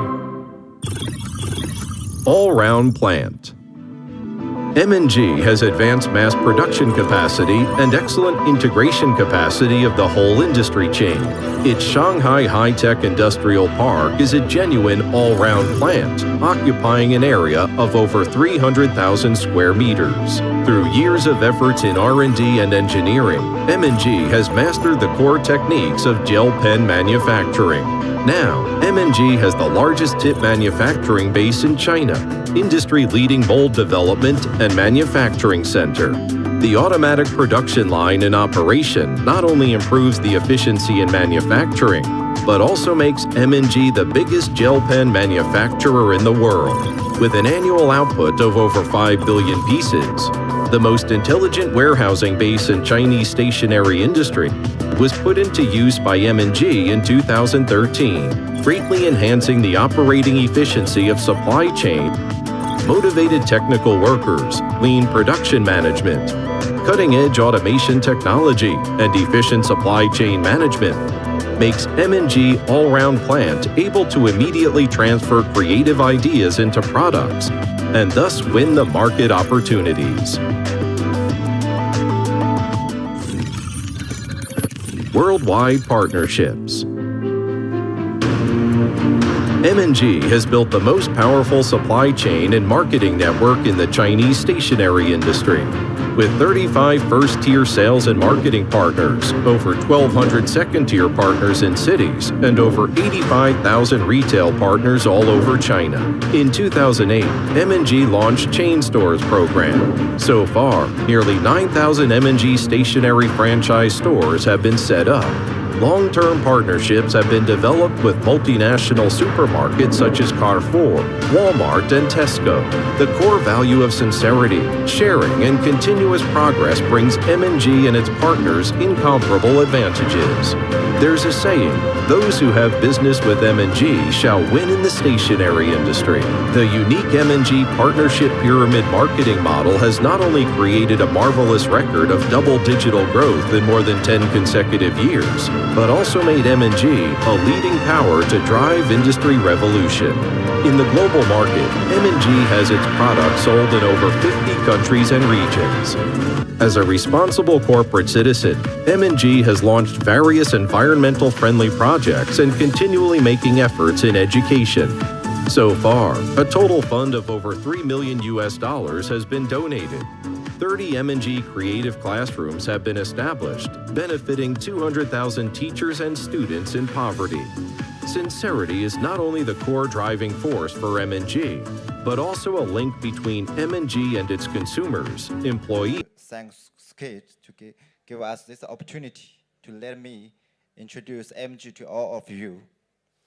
M&G as one biggest stationery company in the world, with the market value of $5 billion. In China, we can see the video. In China, we have 85,000 retail stores, and we have 400 partners around the world. Since 2020, and we come into Africa. With the mission of let students have quality stationery, up to now, we already have 11 countries in Africa. So we will continue to provide the good quality product with affordable price. And just now, we already get one pen, like this K35 is our main product. And before you use, I wanted to share, we need to remove this red cover. Okay, and this pen, in China, we already selling more than 1 billion pieces. And also this one is designated by Chinese government. Since we come to Nigeria, our products are very popular. And because we have the good quality and best and affordable price. Finally, we are going to working with Skate for a long time, and we are going to provide the best service for you. So I think when we can continue to work, we will have the good future and discuss more. And also, we have a sample area behind. I welcome everyone to come in and communicate with us and try out our product. Thank you very much. Thank you very much. Thank you so much, Chris. Thank you very, very much. All right, before we go ahead to call the next, we have just about 3, and they will be very quick. In just about 3 minutes, these 3 partners will each speak about their product. Now, someone dropped this phone on their chair, and we need you to, we just spoke about that not too long ago. Please, if this is your phone, you would kindly walk over to the back there and meet with Adewale. I will drop it over with him. Please walk to the back there. Adewale is in his hands. His hand is up right now. So please just walk over to him and identify yourself. Okay, so moving forward, we will like to bring on the next partner. And to do that, kindly, please help put your hands together as we bring on board Mrs. Sheung Ajibola to speak about the ValueStack Interactive Smart Screen. Thank you.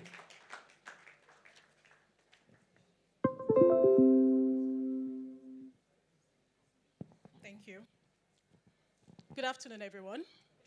Just been enjoying the exciting and engaging section so far.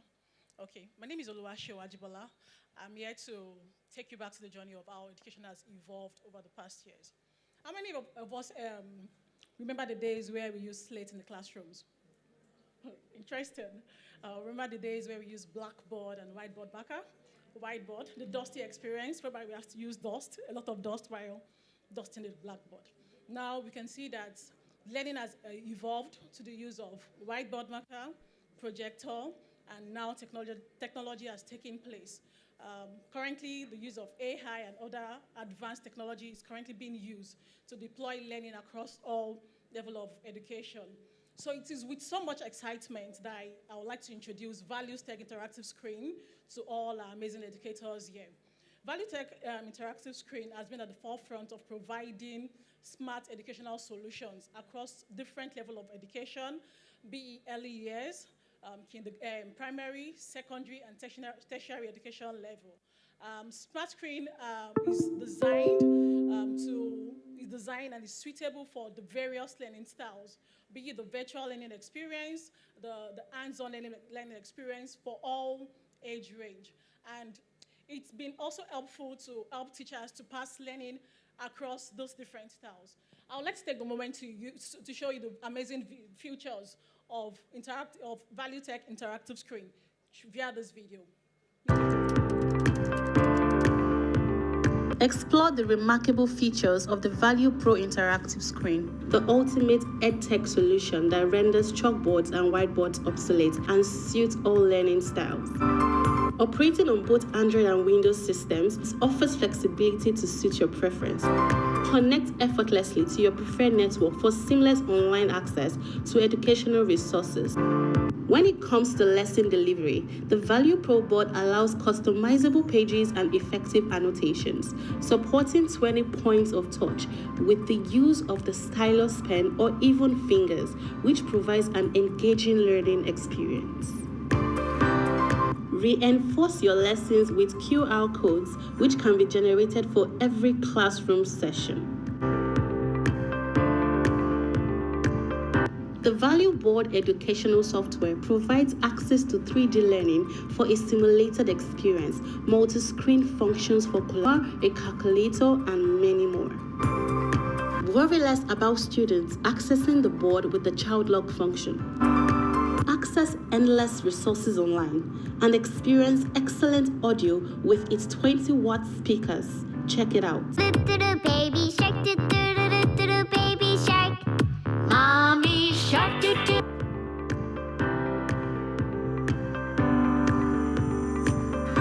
Book a demo with us today and gain insights into more features of the Value Pro interactive screen. Thank you very much. I would like to ask, how many of us has deployed the use of interactive screens in our classrooms? How many of us? Do we have anybody using interactive screens? Oh, okay, I can see a few hands. Just like as keynote speaker mentioned, that interactive screen is the future of education. It goes beyond just following trends because a particular school is using it. It's the future of education. It's now the time for us to embrace the dynamic, the engaging, and interactive learning section that is suitable for all children. I'd like to invite you to a stand, Values Tech stand, where you can have hands-on experience and interaction with Value with our screens.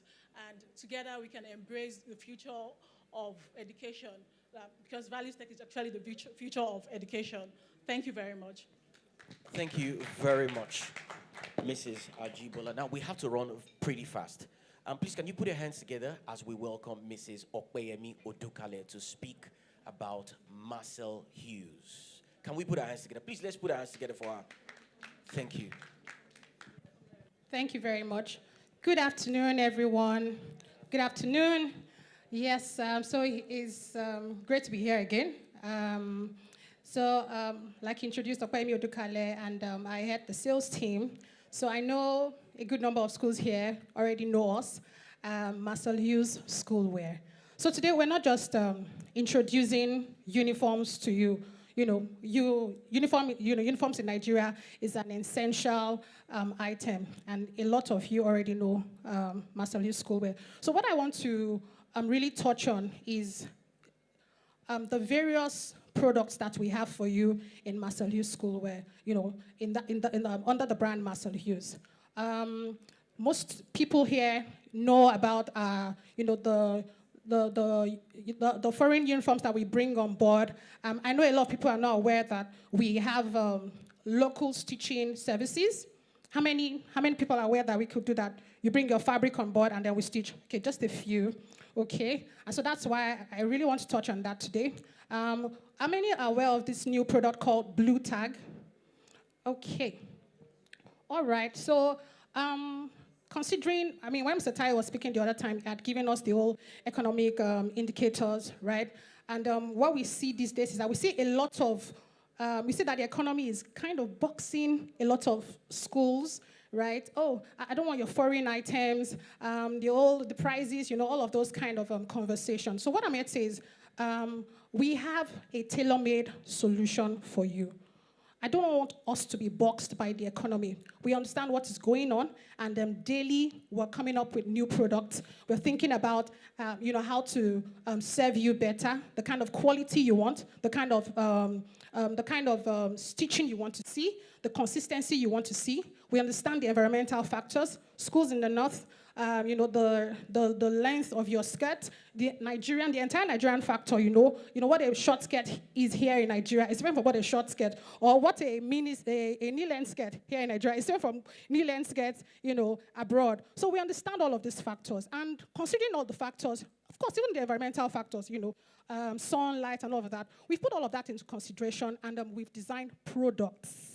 So I'd like to say products for you. So we have Marcel Hughes Schoolwear, the foreign brand that a lot of schools use. I see all of our customers seated here. Thank you very much. And the other brand I'd like to introduce is Blue Tag by Marcel Hughes. So we've considered all of everything going on in the economy, and we came up with a new product, pretty decent. just like I said, by Marcel. So it's a diffusion brand, not locally stitched, still stitched, with our foreign partners abroad. Good quality fabric, the consistency you want to see, the shades you want to see. It's all at our experience center there.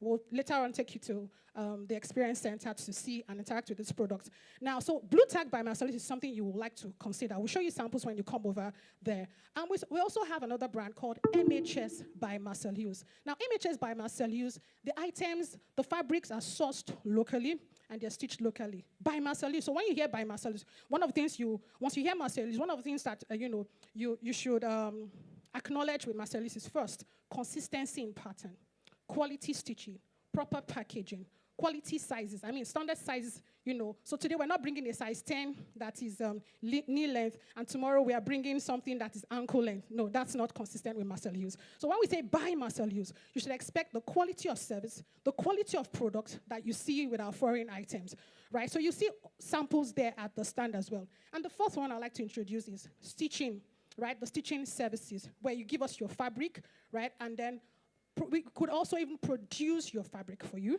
and then we stitch that for you. So you get all of these factors that comes with the brand Marcel Hughes when we stitch for you locally. So I look forward to seeing you at the Experience Center, showing you the samples. I'm talking to you, see how we can meet your need. Please do not be boxed by the economy. We could sit together. I just want to understand, what do you need? What are you looking at? Then when we understand that, we design a product for you. Thank you very much. Thank you very much, Mrs. Odukale. Great, nicely put. All right, so just to reiterate, please, we have the booth behind, the exhibition booth behind. If you want to know more information, please just go over there and ask your questions and engage with these products directly. The last partner that we will be bringing on board within a space of 3 minutes will just give us his presentation. Please, can we put our hands together as we welcome Segun? He speaks on Casio. Can we jam our hands together for him, please? Casio. Thank you very much.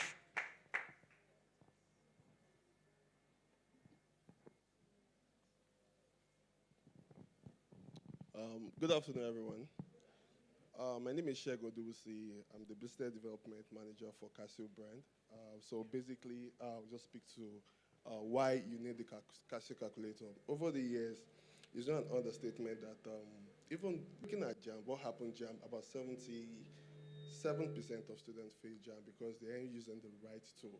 So SKLD and Casio, they came together, working together and partnered to support mathematics.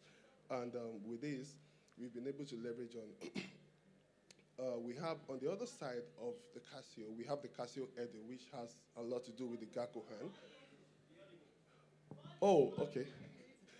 Good afternoon, everyone. All right, that's fine, that's fine. My name is Segun Odubusi. I'm the Business Development Manager for Casio brand. So basically, I'll just speak to one or two things that we need to know. So the problem, I realized that 77% of students failed JAM because they are not using the right tool. And it's not an understatement that so many students didn't pass WAHEC because they've not been using it gives wrong answers. So SKLD and Casio came in partnership about 6 years ago, 2008. And even last month, we launched a new Casio calculator specially made for Nigerian market. I have a sample of it right here, but when you come to our stand, we'll show you more about our products. So across our range, we have stylish calculators, we have practical calculators, we have printing calculators, but we have everything available. Even the new Casio FX991NG that is launched for Nigerian market, we currently have them on our stand. So I'll be available to welcome you. Thank you so much, everyone. All right, thank you very much, Segun. So please, if you are outside, can you just come in? I need the ushers to signal to those who are outside. You never can tell. You came here with public transport. You can go home with a car. Okay, that's just by the side. Someone said, ah. All right, so very interestingly, please, you cannot listen to all of these things that many of these partners have said and not ask a very simple question. How do I get access to these products? How? And to do that, please jam your hands together with me as I bring on board our Executive Director, Mr. Tayo or Shiemi. You'll be telling us how exactly we can get access to all of these products. Thank you very much.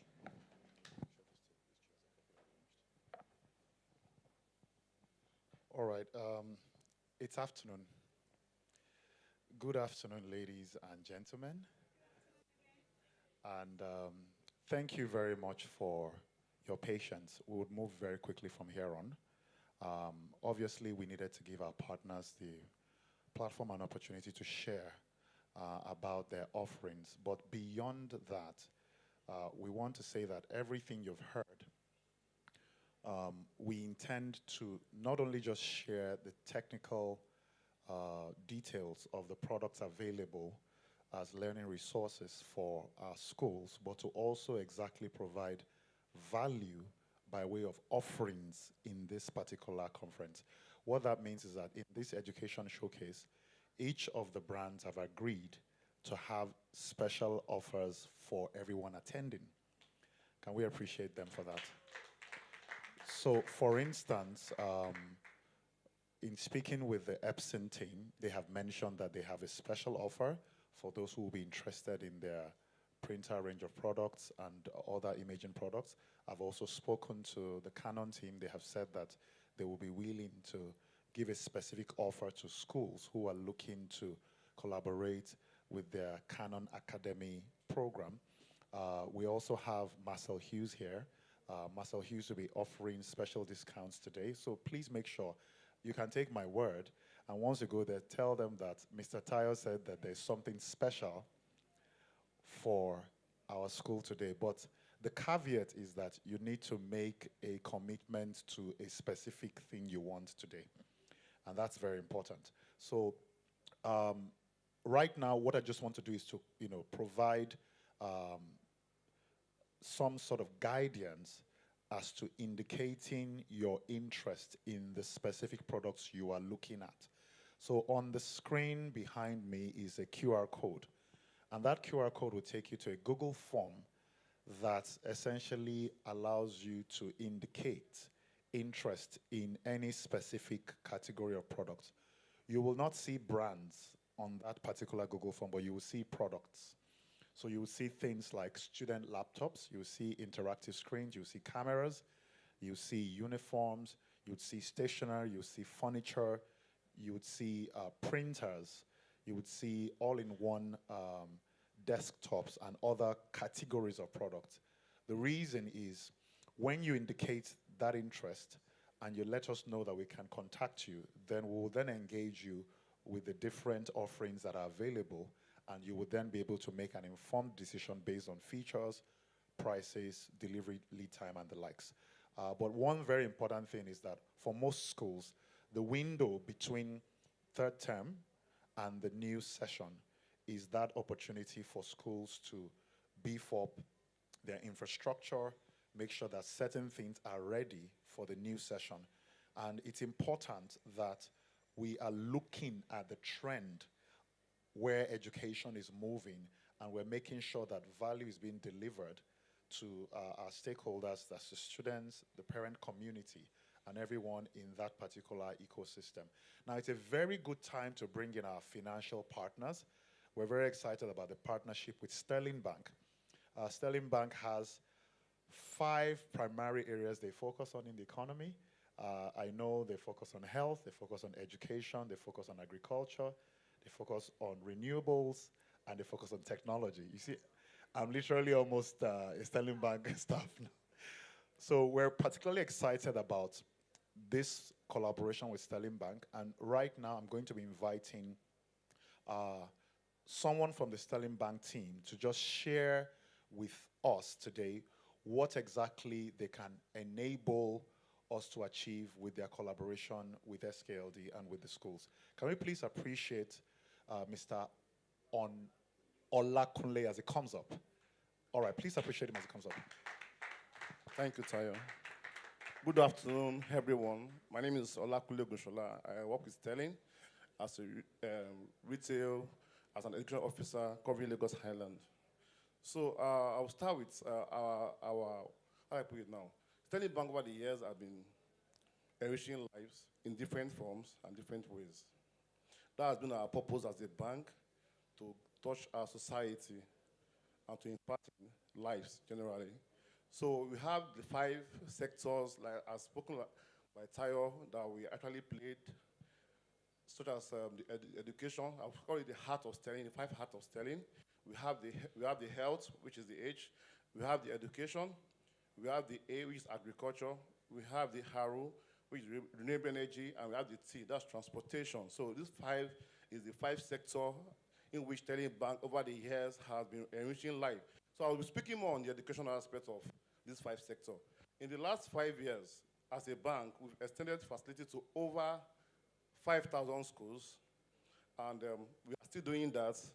And my speech today will be focused on the parents, the teachers, and the school. I think I would like to end with the school because I want to dwell more on that. So for the parents, we have a facility called HeadPay. HeadPay helps parents to ease their cash flow by providing finance for them to pay for school fees, and the parents to pay over a period of 12 months. So I believe that every one of you, we are parents, and we want to pay our children's school fees by September, so you can come to the bank and approach us for that. We'll give that to you and spread it for you for 12 years. You can pay for it for the whole section. That's for the 3 terms, first term, second term, and third term. You pay ahead, and we'll provide a very I won't say interest rate, but it's very low interest rates, very low interest rates. So you can get that, and you spread it for over 12 months. So that's for HeadPay. That's what we do for our parents, to assist them, so can ease their cash flow. Then for the teachers, we have various things we offer them.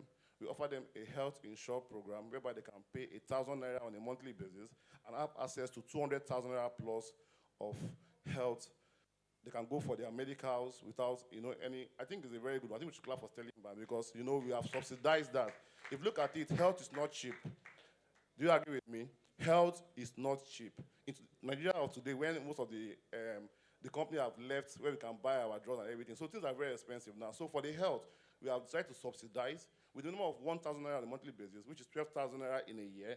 Your teachers can have access to good medical care. So that's one that we have for teachers. We also have a training section for the teachers, an online training section where they can go and acquire certificates for soft skills that will enable them to grow in their career.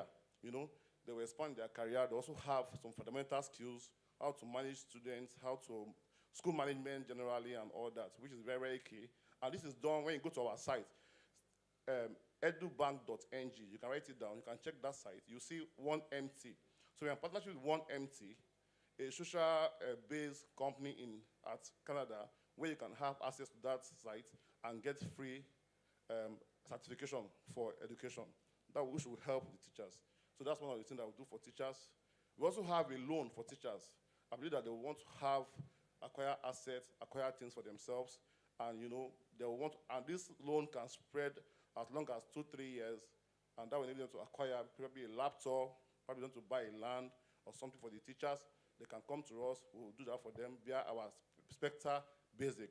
They can have access to that at a very low minimum rate too. Then I think I'll come to the one that's very important, very key, which is what we have for our schools. Today, we talked about so many equipments that we need to ease our work as school owners. I've seen so many things, such as projector, printer, scanner, and all that. All these things that I've discussed today, I know we want to acquire them because there are also means that we'll use in today's technology to provide effective education. So we can actually assist you. We have a program called Asset Finance that speaks to all that has been said today. For Asset Finance, we can give you a loan for as long as 5 years for a brand new asset. 5 years, you're paying on a timely basis. We understand your cash flow.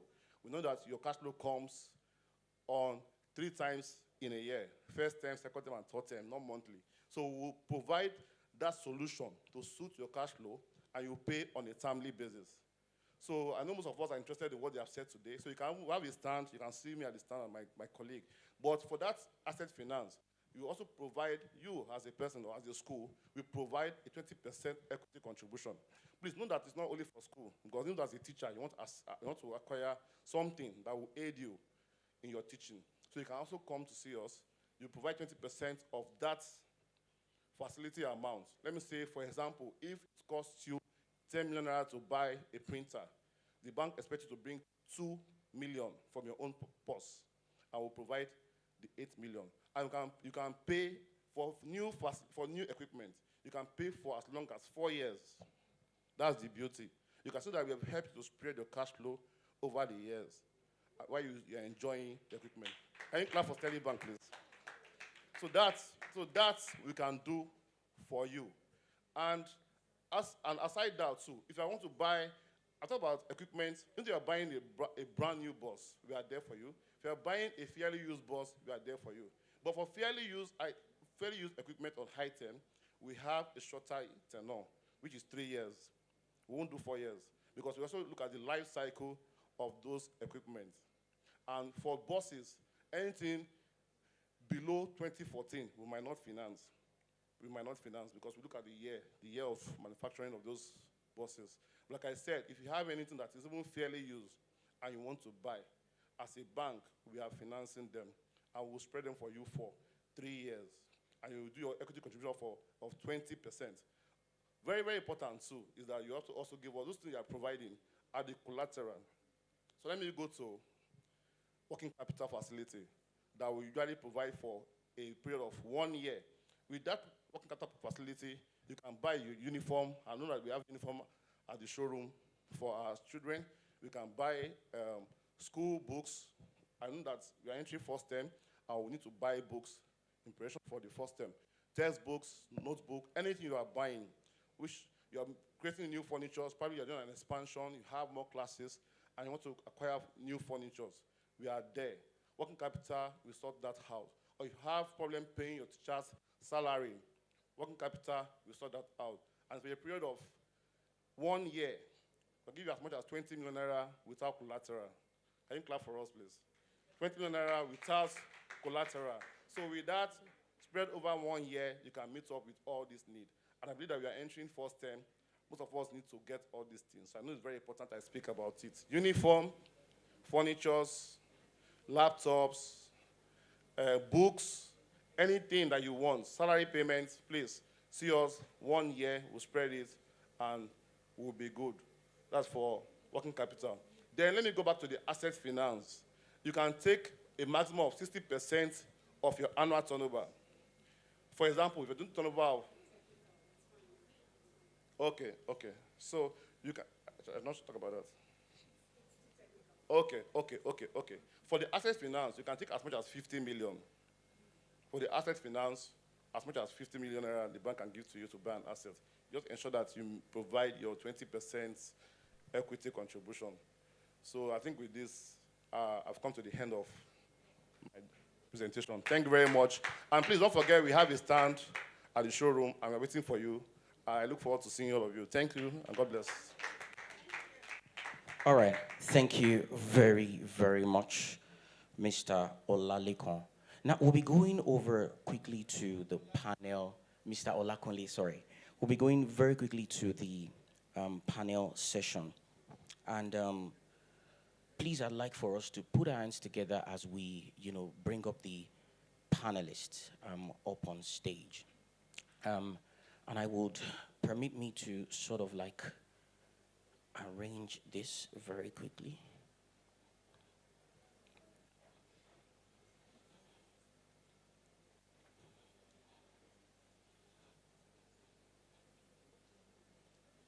All right.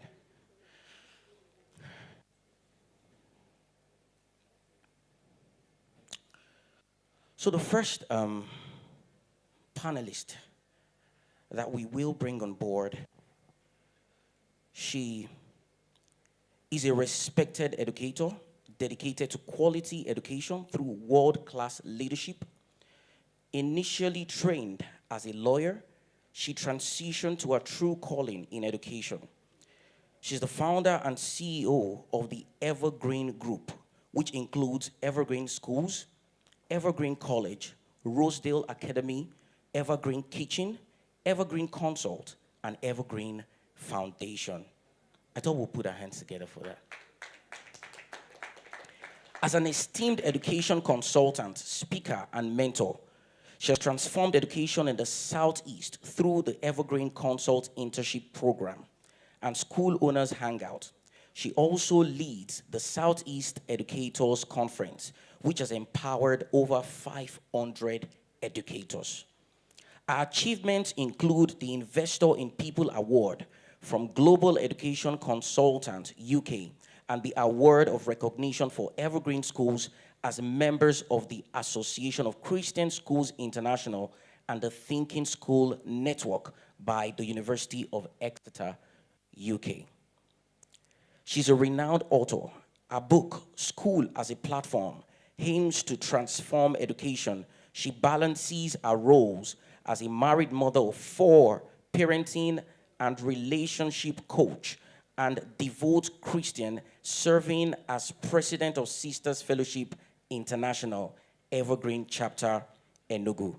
Can you put your hands together as we welcome on stage Barrister Mrs. Doris Chinedu Okoro, the founder and CEO of Evergreen Group.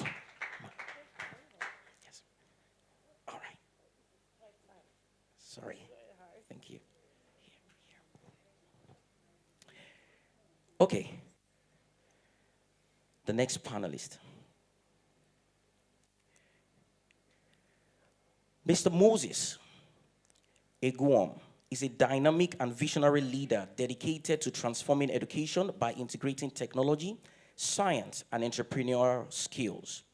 He's the managing director of Goldenville Schools in Lagos, Nigeria, where he passionately drives innovative learning experiences for children. As the founder and creative director of ME Inspired Media, a renowned media company delivering top-notch media solutions to notable organizations such as Sahara NG, Teach Mint NG, Love World Incorporated, Milo, Bolt NG, Nike, InterSwitch, the Association of Private Educators of Nigeria, to mention a few. In his commitment to fostering entrepreneurial skills among educators, Moses recently launched the Master Entrepreneur, a training program designed to empower educators with the knowledge and tools needed to venture into their entrepreneurial world.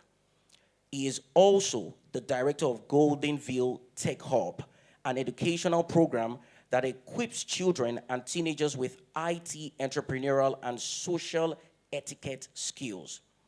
His work with GTH underscores his dedication to preparing the next generation for the demands of the modern world. Driven by a philosophy of making a positive impact in the lives of everyone he meets, Moses Eguom continues to inspire and lead, shaping the future of education and entrepreneurship in Nigeria and beyond. Can we put our hands together as we welcome Mr. Moses Eguom, the Managing Director of Goldenville Schools. Thank you.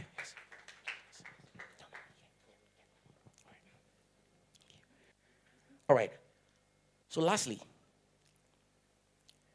Emmanuel Taffa is the CEO and co-founder of Crypt, a career development platform that leverages AI to upskill and provide ready-to-hire early career professionals for companies, cutting down recruitment and onboarding costs. Prior to Crypt, Mr. Emmanuel gathered 15 years of transformative consulting experience across the business and technology landscape. His advisory experience spans fintech, edtech, healthcare, education, energy, media, telecoms, nonprofit, and more. Mr. Emmanuel has served over 100 clients, with more than a third being technology companies or those engaged in digital transformation projects. His portfolio includes notable startups like Bamboo Invest, Max.ai, Helium Health, and institutions such as MTN Nigeria, International Finance Corporation, and the Central Bank of Nigeria. He also sits on the board of Rough and Tumble. His support to government officials in tech policy formulation has led to job creation, digital literacy, public education, innovation, and revenue growth. He pioneered a business generalist curriculum in 2010, training graduates who now work at Amazon, McKinsey, PwC, and KPMG. He has also trained over 5,000 professionals across Africa in critical thinking and business planning. Before Crypt, he was a partner at Enzo Krypton and Epso Krypton and Company, and began his career at Sushi Consulting. Emmanuel holds a degree in economics and has been recognized by the Lagos state government for his contributions to education. He also advises programs addressing Nigeria's 20 million out-of-school children problem using technology solutions. Please, can you put your hands together as we welcome Mr. Emmanuel Tafa, the CEO and co-founder of Crypto EdTech Platforms. Thank you very much.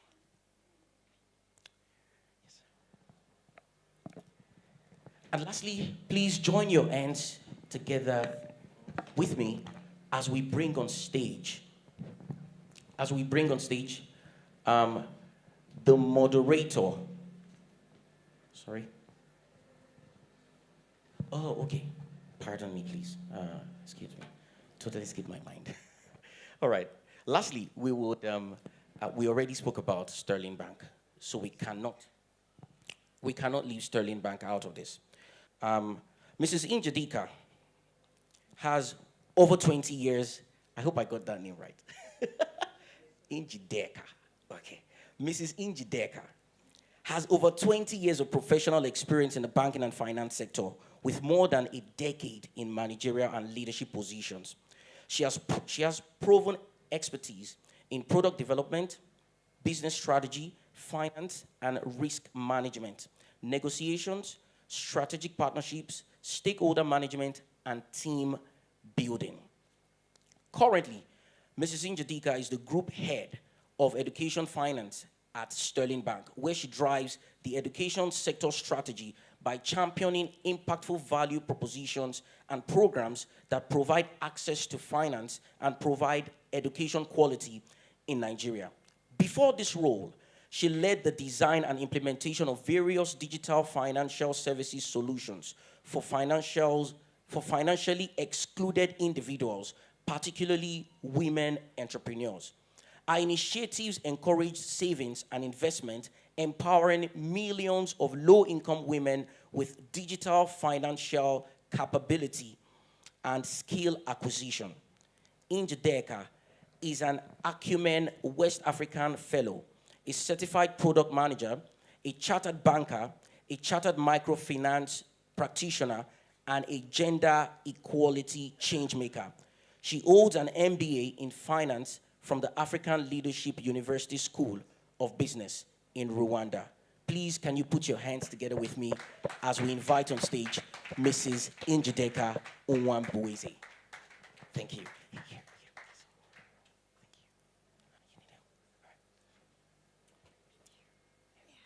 Okay, so can we join our hands together as we welcome our moderator?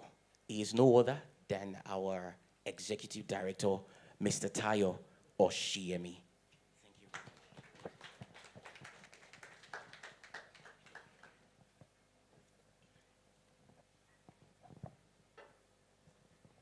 Okay, good afternoon, ladies and gentlemen. Again, we would move very quickly into the panel session. I'd like to ask us to, again, appreciate our panelists this afternoon. We can see that we have quite a great lineup. And I want you to just position for a really engaging conversation. I love to have conversations around education. And this afternoon, really, our focus is talking about learning resources and how this can significantly improve the quality of education in Nigeria. We believe that learning resources form a critical part of the entire conversation. There are two aspects to education when you look at it. You look at the manpower, then you look at the environment, essentially. The manpower and then the environment. The manpower is obviously highly critical because it is the arrowhead of passing information from a source where that information is available, or knowledge, to the people that need this learning.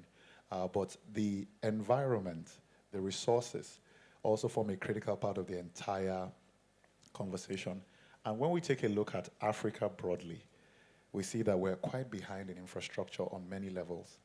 And it's not very removed from where we are in education.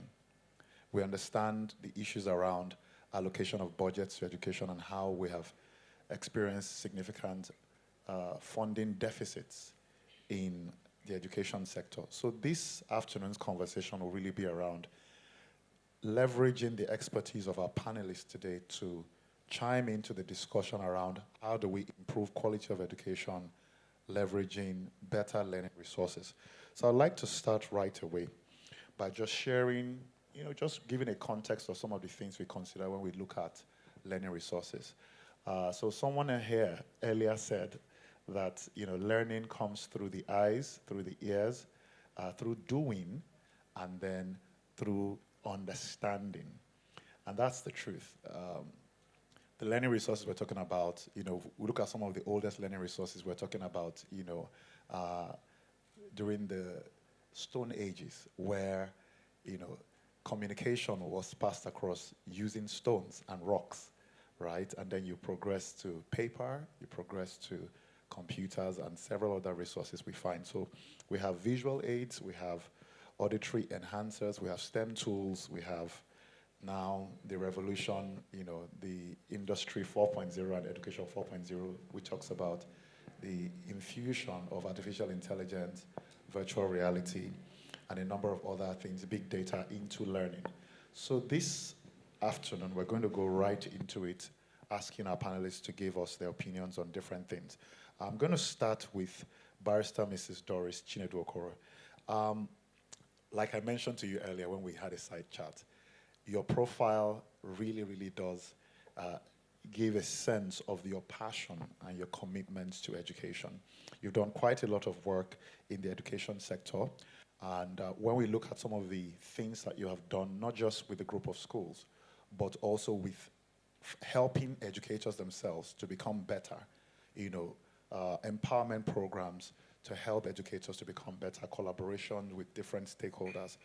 I would like to know, first from you, what truly drives your passion, sacrifice, and commitment in the education space, in trying to raise the quality of education, especially also in the region where you work in Eastern Nigeria?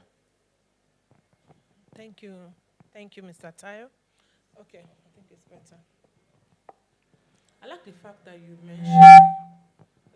you mentioned Eastern Nigeria. I can't discuss my drive, my passion outside Eastern Nigeria. For now, that's where I find my drive and my passion. So, firstly, I think apart from passion, I think let me just put it this way. Apart from ministers of God, the next people I solely believe that God called are teachers. It has to be a call for it to drive you the way it drives you. Yes, it has to be a call. So, and I think I'm one of those who are called. And for that, I found out that my energy comes from within me, looking for the best, and keep looking for the best. And so, operating in the Southeast, I realized the gap. I keep noticing the gap. Because like I said, I am one of those opportunities to be called, I'm always looking out for the best. How best? What is evolving in the sector? What is happening? What are the trends? And when you start looking for the trend, it just keeps pushing you out because you're looking for something. So it keeps seeing me, exposing myself to conferences, seminars, trainings, teachings. And you go out, you realize that a particular sector of this or particular section of the country are not as proactive as you are. And it's affecting the learners because you can only teach what you know. The conversation today, you can only contribute if you have an idea of what they're talking about. So, and each time I look at that, it worries me a lot. And like once in a while, you keep talking to them, come, let's go and learn. You realize that they still don't understand what you're talking about. And so like I think it was Moses that was asking me this afternoon or this morning, so tell me this kind of question, how did you do the Southeast Educators Conference? What fueled it? Why? I just told him this story, and he now said, "How did you now plan it?" Because it was huge for to be the first. I said, "Okay." I went for a Bets Fair in England, in London, in January, and what I noticed going through for 2 days of, moving around multitude of people, I realized that you will see products, but you can't use them. Most of the content we need is now in technology. So you need technology to power content. So I will walk around the whole place from morning till night. I'll go home tired, and I will tell myself, why am I here? Some of the content I saw I couldn't purchase because I don't have technology to drive them. And at that point, I told myself, you know what? We have to do more. And we need to start having conversation. I need to start talking to people. And I need to start collaborating more if we're going to get the best practice around us. And that was actually what fueled that. And honestly, I've always known that if you can't do this alone, let me just tell you this little story to tell you that you can't do it alone. You need a lot of collaboration. Because I went to a stand, and the stand is White Rose. White Rose is a product for math and science in the UK, and it's a very good product. It's a very good content because I've interacted with the children in classroom and teachers. And when I saw them at the fair, I was excited. Oh, see these people, I will now use them now. By the time they spoke to me, I realized that I will not be able to use them. Unless like Njide Academy, give me the money to start equipping my class to be able to use such products, And by the time I came back, and even the lady was busy telling me, we can collaborate with you. Just get, educators in Nigeria to collaborate. That pushed me back to, I need to do something. I need to gather people. Let's start collaborating because the world of education is fast-paced now. It's going on a speed, and we need to chase so that we'll be able to educate the learners. The learners we are working with, we are getting them ready for the next 20 years, not even now. And so we need to be able to equip them. So like answering your question, making sure we get quality education to our learners, number one thing that drives me into getting educators together. Because I can't do it alone. It can only be my school. But when we have a lot of educators going towards the same direction, chasing after best practices, you get it across a lot of learners. Thank you. Thank you so much. Thank you so much. I would like to encourage those of us that may not have paid attention when her profile is being read to please go and read her profile. She's doing massive work. Massive work. The collaborations are really across board, and I'm really, really appreciative of your commitment to the education space. Now, I would like to go to Dr. Emmanuel Tafa so that we can break the flow a bit. Mrs. Chinedu Okoro is a school owner. I know Mr. Moses Egwom is also a director of a school. So I'd like to quickly break the flow and go to Dr. Emmanuel Tafa, who is more from the management consulting space, advisory services. Now, Mr. Emmanuel Tafa, I know you and I go a long way back, and I've known you to be a proponent of human capital development. That has always been your SWAT song all through the years. And your commitment to that has also led to the establishment of Crypta Academy, which is essentially focused on driving human capital development and providing work-ready manpower for organizations. I'd like you to quickly speak to this. Tell us about this human capital deficit conversation and how it's really connected to the school system in Nigeria. I mean, I went to school in Nigeria for the most part, like postgraduate education, and I know what it is to go to school in Nigeria, the system here. So what is the link between your burden for human capital development and the current state of the educational system in Nigeria?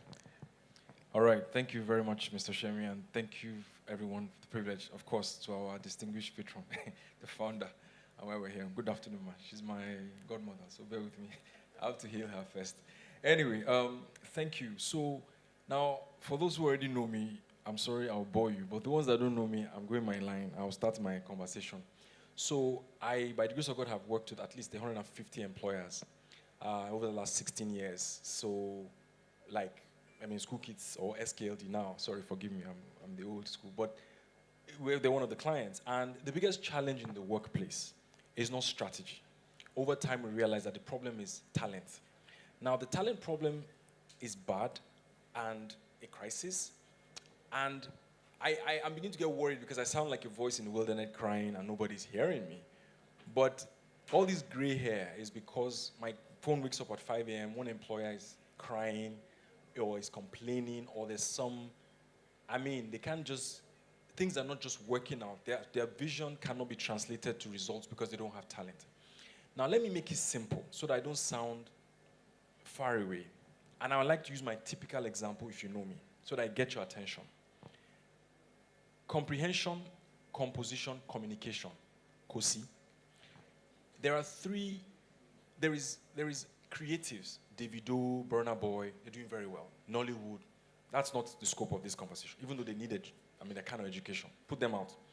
Knowledge work is the rest, is the largest employer of labor. And that's where all of us will sit behind a computer and you're typing, programming.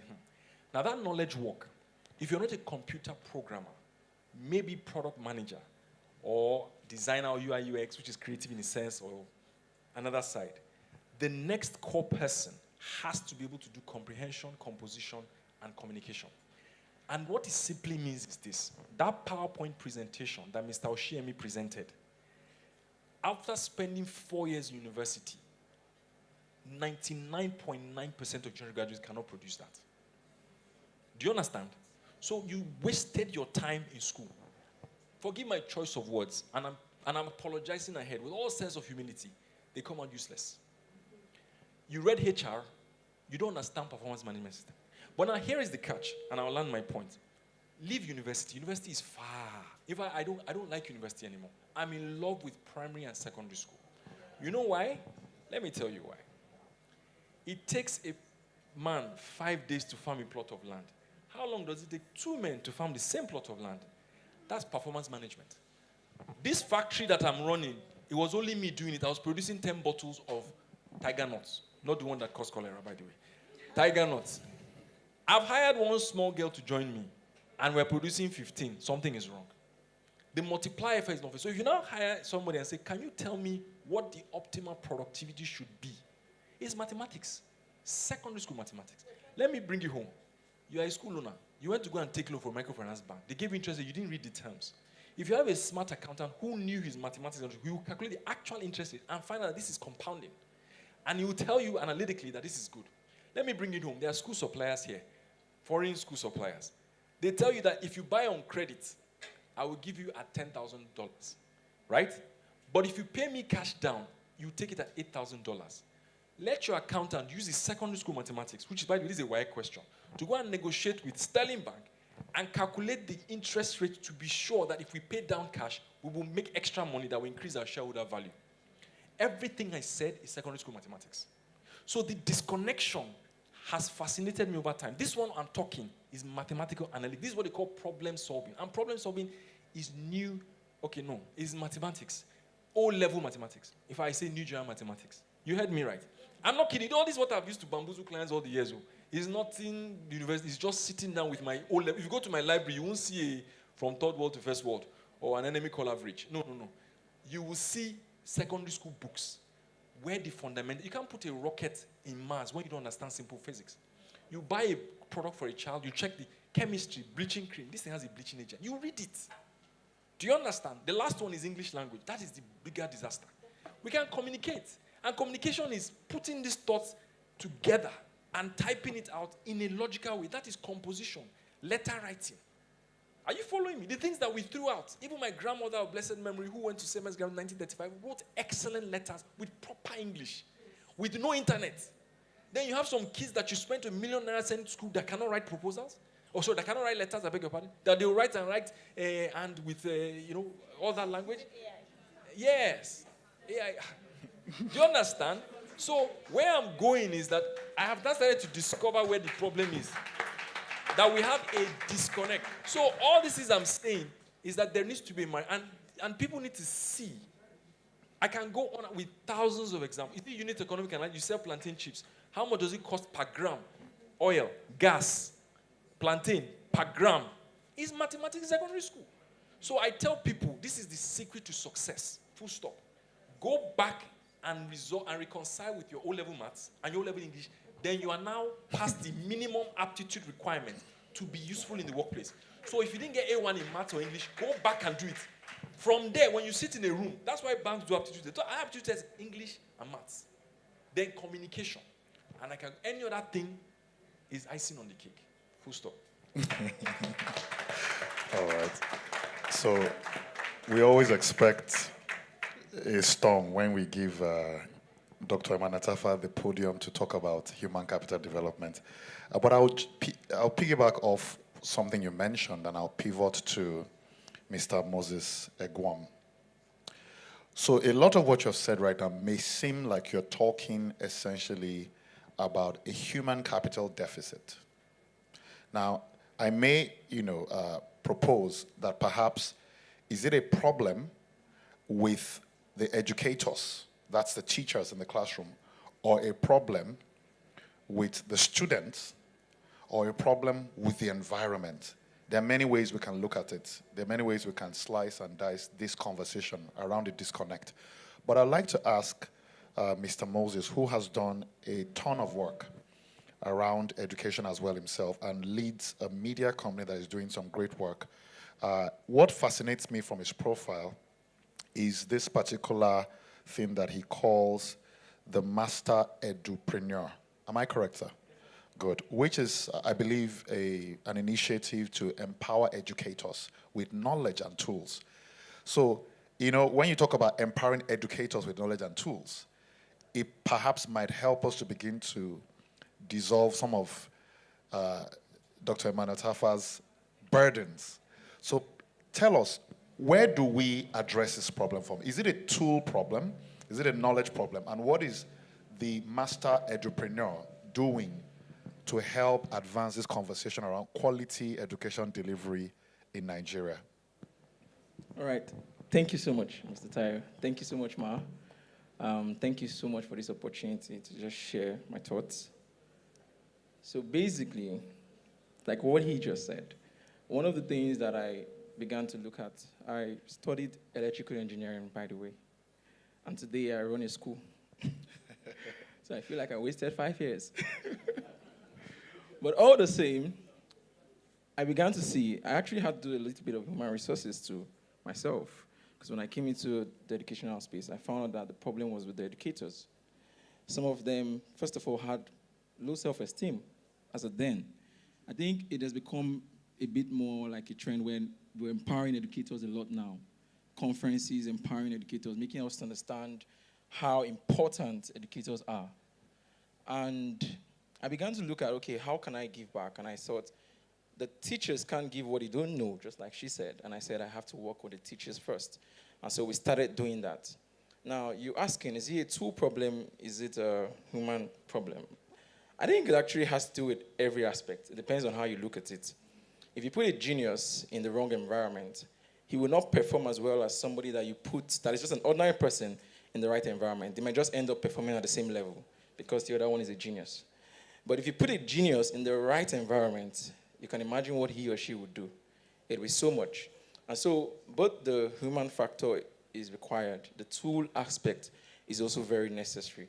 And then looking at this, the master entrepreneur, just like he said, it's basically the fundamentals. We went to school, at the end of the day, they didn't teach you about money, even the basics on money, right? And you come out, you're looking for a job, they didn't tell you require a skill.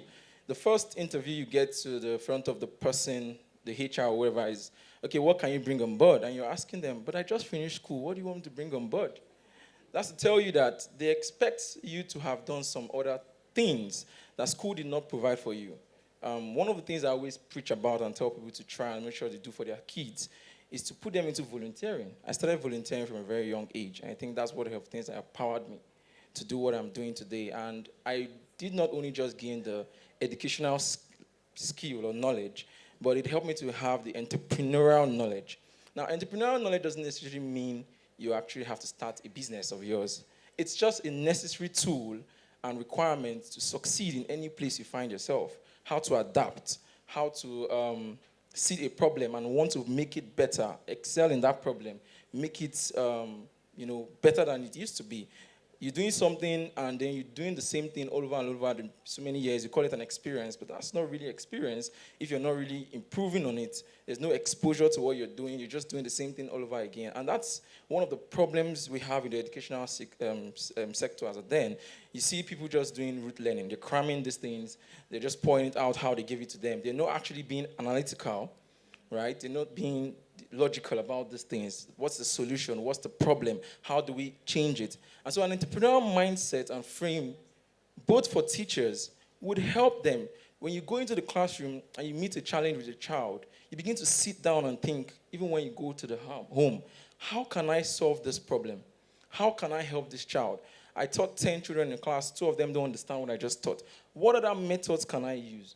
It's what an entrepreneur will sit down and do in his business. Mm-hmm. Oh, I just finished selling to 10 customers. 2 didn't buy. Why didn't they buy? He begins to analyze why they didn't buy. He begins to think of the problems he must have faced. Okay, maybe this one said no for this.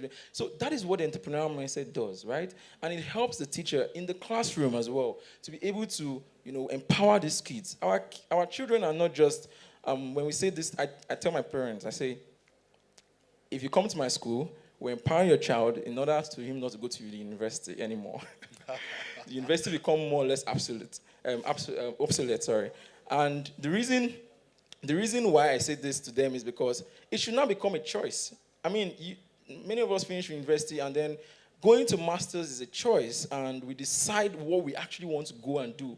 Unlike if I had known, I probably wouldn't have done electrical engineering. I would have done something else, though, cross-discipline helps sometimes. But then I would have probably, ventured into what exactly I would have loved to do if I'd had that thought line right from when I was much younger. So the children in primary and secondary, in fact, it's also facts there that is even when the brain is even absorbing a whole lot, right? So that's the best time to push and pump in all those things, teaching them those skills they need, photography skills, all the necessary skills they need for life, giving them those things so that when they eventually go out there, maybe going to the university, they know that this is why I'm going to the university now. I want to go and further into this. And I'm coming out, I'm not looking for somebody that will employ me. And then even before I finished uni, I had CVs. And the reason I had a CV that was, well packed was because I was already putting my hands there and there. And so at the end of the day, it's not just a tool problem. It's not just a human problem. I think it has to do with both sides, both the entrepreneurial thinking and also providing the right resources, obviously, for them. And then thank you so much. Thank you. I like the angle, edupreneur. So generally, it's been defined that entrepreneurs essentially are people who are problem solvers who then build a business around their solution. And whenever you talk entrepreneurs, you must talk about funding and finance. So I'm going to go to Njideka, who is the group head of the education finance segment of Sterling Bank. And this is my question to you, Njideka. Essentially, I know that Sterling Bank has been quite bullish on the thematic areas we talked about earlier. And just as he alluded to, and just as Mrs. Chinedu Okoro also mentioned, that teachers are indeed God-sent in some sense, and they're entrepreneurs at the end of the day, according to Mr. Egwom. Now, what is the philosophy behind Sterling Bank's bullishness around education? What drives that? I mean, a lot of banks, do something in education, but it doesn't come up as one of their thematic areas that they have adopted and they are being bullish about. But Sterling Bank stands up there, and says, we want to be bullish about education. What is your philosophy and what drives Sterling Bank's ideas around supporting education? And what are the things that you're doing to support education?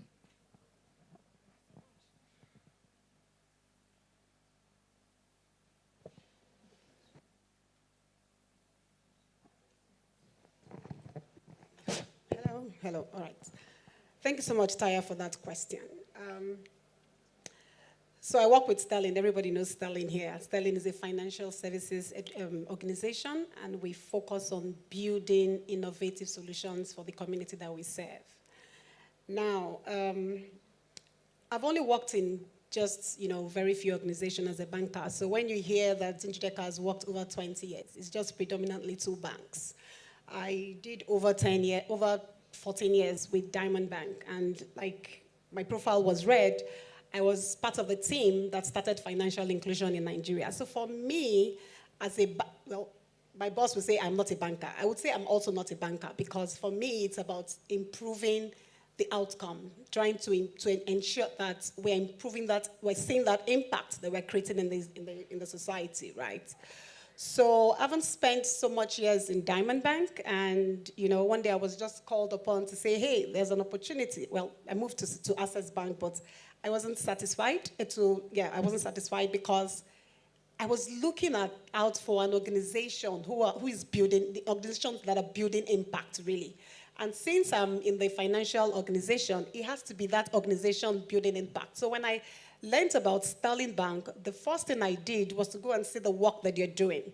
And that's when I realized that they have a mantra. They say that Sterling Bank drive an enterprise strategy that is based on the heart, and which is the health, education, agriculture, renewable energy, and transport. So just to summarize, what we do in that sector, so we serve other sectors. When we say we're focused on the heart sector, doesn't mean that those are the only areas where we focus on. We do we are focused on other sectors, manufacturing, trades, commodity, and all of that. But you see, these 5 sectors are the sectors that the bank is focusing on deploying everything that they have, the expertise, the staff, the resources, finance, and all. And what we do is we try to solve the problems that are facing these sectors, the different sectors. I won't, there's no time for me. We all know, in the education space, the problems or the challenges plaguing the sector, right? We have unemployment, we have teachers, lack of teachers training, non-qualified teachers. For the educators here, we have access to finance. Some of them have issues in terms of, getting access to finance and all of that. But for us in Sterling, really, like I said, we are focused on providing solution to some of these problems, right? We can't tackle all the problems. We're a private sector as well, so we can't tackle all the problems. But our focus, basically, is to ensure that one of the things that we do financing. When you talk about bank, the only thing you hear from them is finance, finance, finance. Either they're telling you to come and open an account, or they are telling you I'm telling you the type of products that they have. But we've gone beyond it. For us, it's not about profitability, really. It's about the impact that we're creating. So one of the first things that we are doing, our focus basically is what we call the strategic partnership. So for us, we've been working with several organizations to ensure that we're providing that impact. So in terms of teachers training, unqualified teachers, we partnered with an organization called 1 Million Teachers and the Queen's University Canada, where we built a platform for the training of teachers. It's an online platform. Kunle talked about it earlier on. So for us, it's a platform that we built to enable that teachers are trained. It's a platform that you can liken it to what Coursera. I don't know if we know Coursera, we know Udemy, where we have lots of educational materials there. So you can liken that platform to it. We have loads of courses in partnership with 1 Million Teachers and the Queen's University Canada. We're in partnership with Microsoft. We're in partnership with the teachers, the TRCN, right? Where we also have training materials for teachers who want to study and pass the TRCN program. So these are one of the things that we're doing. We're here as partnership with SKLD to provide this educational supplies. So for me, this is providing access to markets, access to information, right? A lot of us here do not know about SKLD. Now you are knowing about SKLD, you know what they do. When you have needs for your educational supplies, you can reach out to them. And when you have that funding, you need some funding support, Sterling Bank is there to partner with you.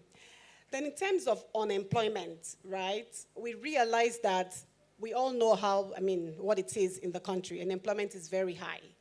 And we sought out a partner called Decagon. I don't know if anybody knows Decagon here. Does anybody know Decagon here? So they're a training institute, and they are focused on training graduates on software engineering skills, right? So for us, we've partnered with, in my previous life, we've done lots of skill acquisition where we've trained youth, we've trained women, but we train them and that is it, right? So when I got into Sterling, one of the things that we talked about, it's about if we need to partner with an organization that is into training, we have to make sure that the student or the graduate that they are training at the end of the day will get a job, right? So one of the partnership agreements is that Decagon will train these graduates for the period of, I think it's for 6 months. They go that training for 6 months, and after that, Decagon must place them into jobs. And we provide the funding for the training. By the way, that's one of the key areas of partnership. So we provide thank you. So we provide that training, that finance for the training. They undergo that training period for 6 months. We give them a 3-month moratorium so that within that 3 months they get into to the jobs. Decagon on their own have lots of off-takers. So when I mean off-takers, they're also into partnership with various organizations who take off these graduates off after the training, right? So some of them are working with us today in Sterling. Some of them are working with Access Bank. Some of them are working even outside of the country. And because immediately after training they are placed into jobs, they are paid. They earn salary. They're able to pay us back our money, and they're also able to take care of their families as well. So for me, I think that is impact, right? That is a huge impact. Another thing that we also do, because we've talked about, everything that we've talked about here is technology, technology, technology.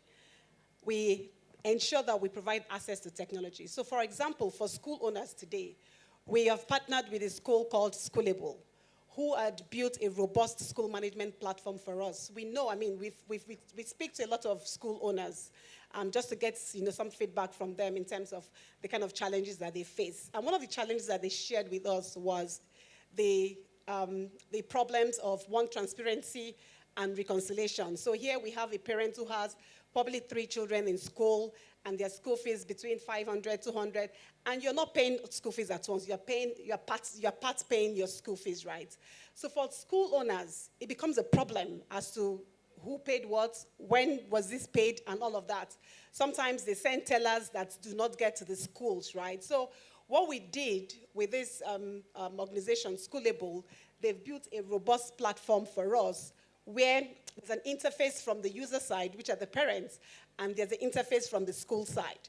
So every parent has a unique ID. So once you make payments, it just shows on the dashboard, right?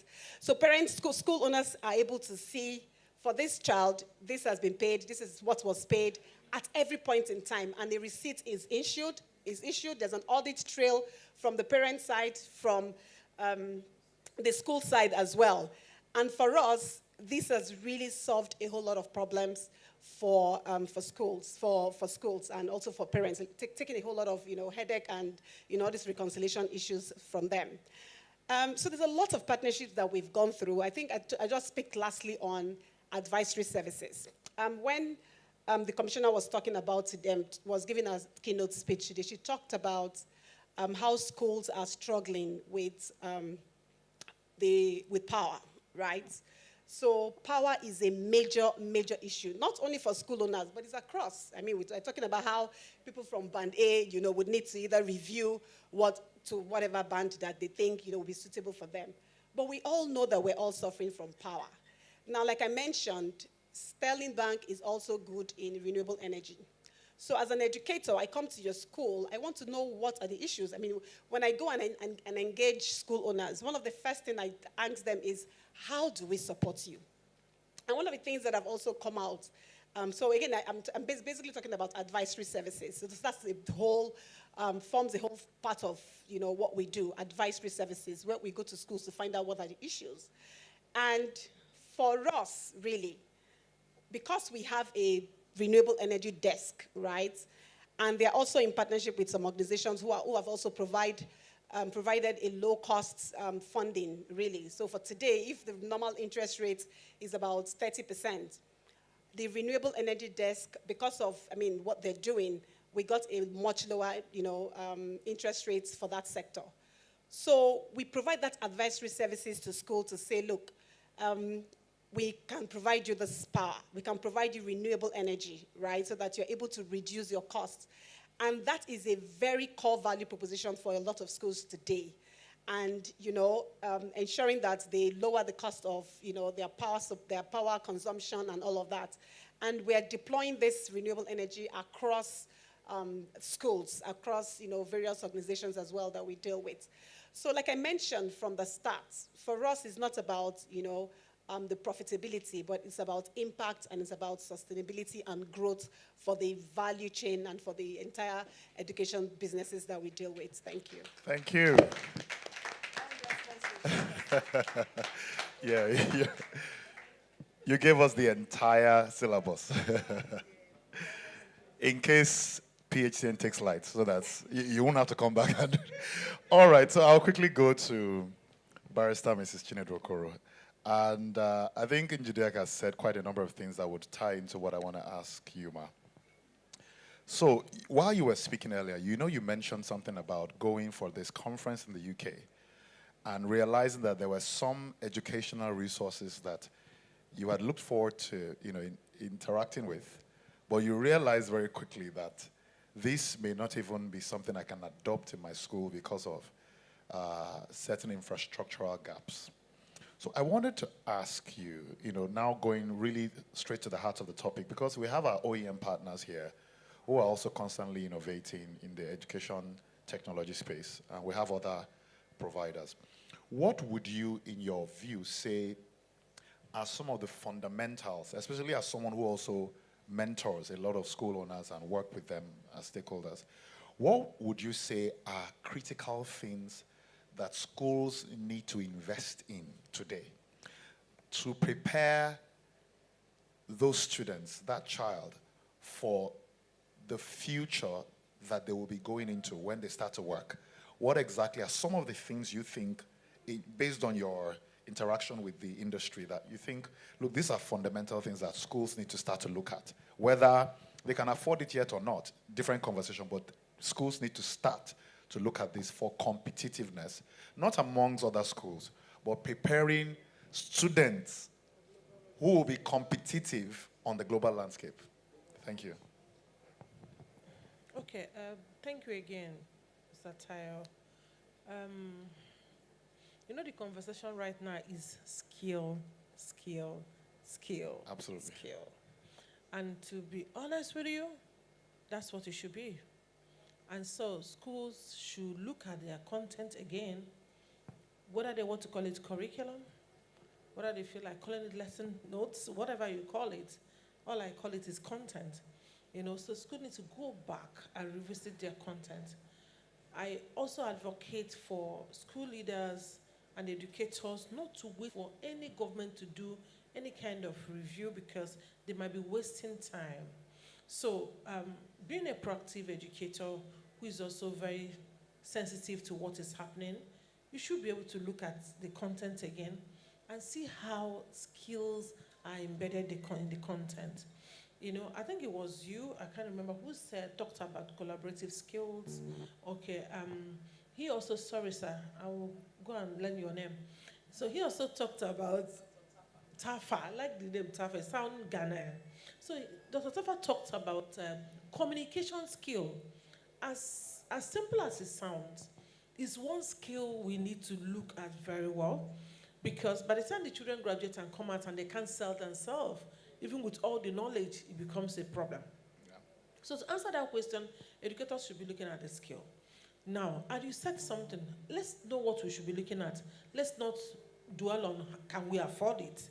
So that's what we should be looking at. And then the gap we also see in affording the tools we need to get this thing into our children or get it close to our children. For example, something like making them digital literate, robotics coding in class. When you get the content, most of the content comes electronically. So you still need to get equipment and tools to make sure that children use and learn them. But I'm so excited because we have the likes of Engineer Academy to close the gap for us for now. And maybe some other people that will come up. You know, if you notice our conversation this afternoon, we've not been saying anything about the government. Because it's like that one is, we are holding it constant. We are just trying to see how we can self-solve, how we can solve our problem. So I advocate for educators to go back to our curriculum and look at it. And I keep saying you don't have to wait for anybody to do it. It's something you have to keep doing yourself. You know, if government wake up tomorrow, our government, because I know some other countries are always, reviewing and improving. If they wake up to do so, no problem, but you don't have to wait. And that is why the exposure is needed. As you come out and listen to conversation, it doesn't matter whether you contribute, just listen. You're going to pick one or two things you're going to go back and work with. When I was listening to Moses' profile and things he's been doing, in my mind I said, after this, I'm going to meet him to teach me, So because there are one or two things you are going to pick, you know what people are already doing in this place, and you work on it, okay? But in the interim, I'm also excited for educators who are here today, who are opportune to be here. I'm so excited with what Sterling Bank is doing. I wanted to say what they're saying they're doing. There are two different things. I'm excited with what they're saying they're doing. I'm excited with what they're saying they're doing. And I'm excited because I won't let Njideka leave today. She must tell me how to go about it. But I think if we have a lot of people, other financial institutions who can come up to help to bridge the gap, it will also be good for the sector. Thank you. Thank you so much, Dr. Chinedokoro. Oh, Chinedokoro. Now, so just to progress quickly, we're going to have questions, but this is the final round of my questioning. Then we'll take questions from the audience and we'll wrap it up. We're looking at our time, so just to mention to our esteemed audience. Now, Mr. Moses Egwom, I'd like to ask you a very interesting question related to what Dr. Chinedokoro has, Mr. Chinedokoro has just talked about, which is related to, EdTech.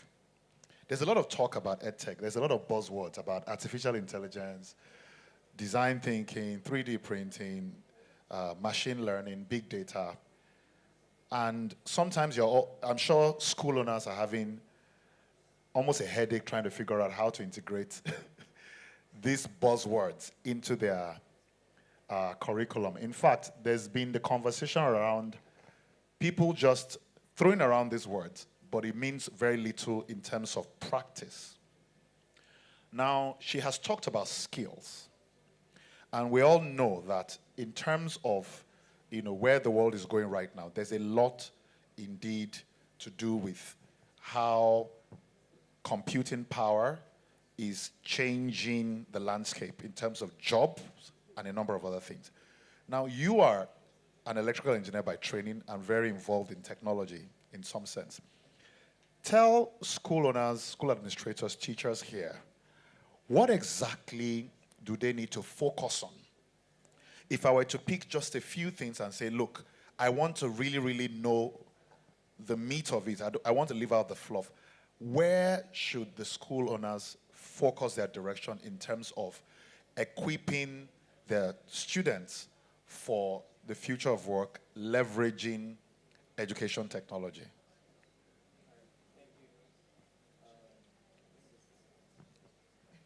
All right, thank you so much. I like the fact that you said where should we focus on, because like you said, it's overwhelming. The other countries seem to have gone so far, and it looks like Nigeria is just trying to catch up now. And there's a lot when it comes to technology. But then I believe in focusing on basics, because that way you can build from there. And so I would say for a teacher, as simple as going to the basics of even Microsoft packages, right? Using of PowerPoint, Microsoft Word, Excel. That is one of the beautiful things you can, start from. You can start there. Start building from there. Now, there are other tools. One of example is the one we use today, AHA Slides. AHA slides, right? That is one of the slides, one of the ways you can use to interact with your students in the class. But then there's also this gap between the students not even having maybe devices in the school or in classes. And so I will always advise school owners now in this case to go out there. As a school owner, I don't believe in just you sitting in your office and trying as much as possible to see how to only implement things in-house. Look outward, and that's why I always encourage school owners to go for conferences, trainings as much as possible, because there you will see people you can collaborate with. It actually used to sound funny. Okay, so our school partner with school companies like Cisco, partner with companies like Microsoft, partner with companies like Skilled, the Integrated, Teachmate, and some other companies like that, right? Now, what I noticed is that these companies are actually looking out for schools that they can collaborate with to bring in these services, to bring in these tools for them. And then you begin to discover that it's just a matter of negotiation, and then you'll be able to actually have them come on board and teach your teachers what they necessarily need. So now, apart from tools, basic tools like Microsoft, if you don't know how to use Google tools as well, right? Google Drive, Google Meet, Google, what do you call it? Video conferencing. Yes. Using things like the forms to create, CVT and all of those things. I think these are some of the things. So anything that has to enhance your education for the kids is what you should focus on. Now, there are a lot of other things like using AI to generate images and all those type of things you see people do.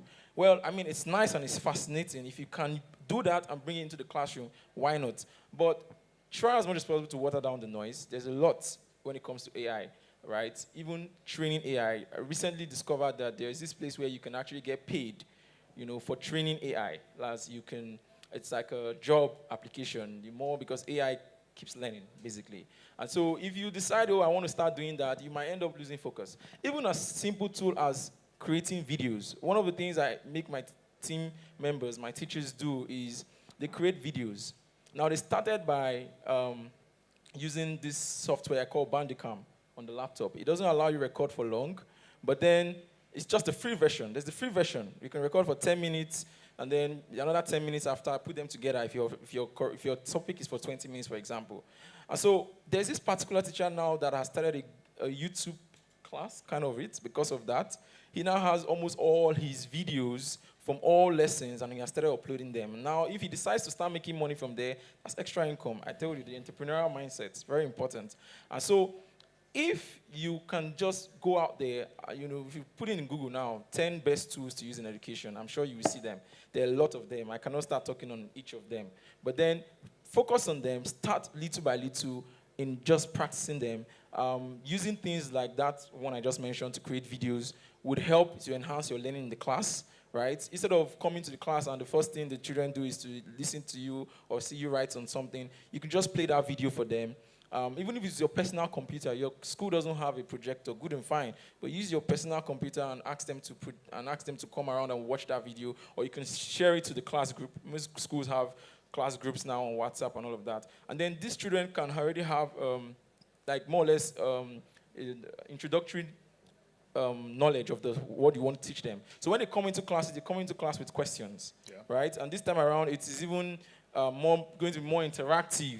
So things as little as just using video tools, tools for maybe CBT, like I said, online classes, online lessons, would help and enhance your education. So just the basic is still fine. Let's even get to use the basics. I always say, my teachers say, let's get this, let's get it. I said, first even use the basics. If the basics are being used properly, you will see that from there you can now build on, you can enhance it, you can become better at it. But you find that many teachers don't even know how to use a simple tool like PowerPoint.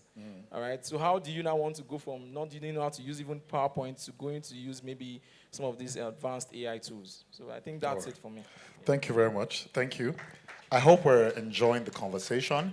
We're about to round off, so just be patient. I'd like to ask Dr. Tafa now to speak.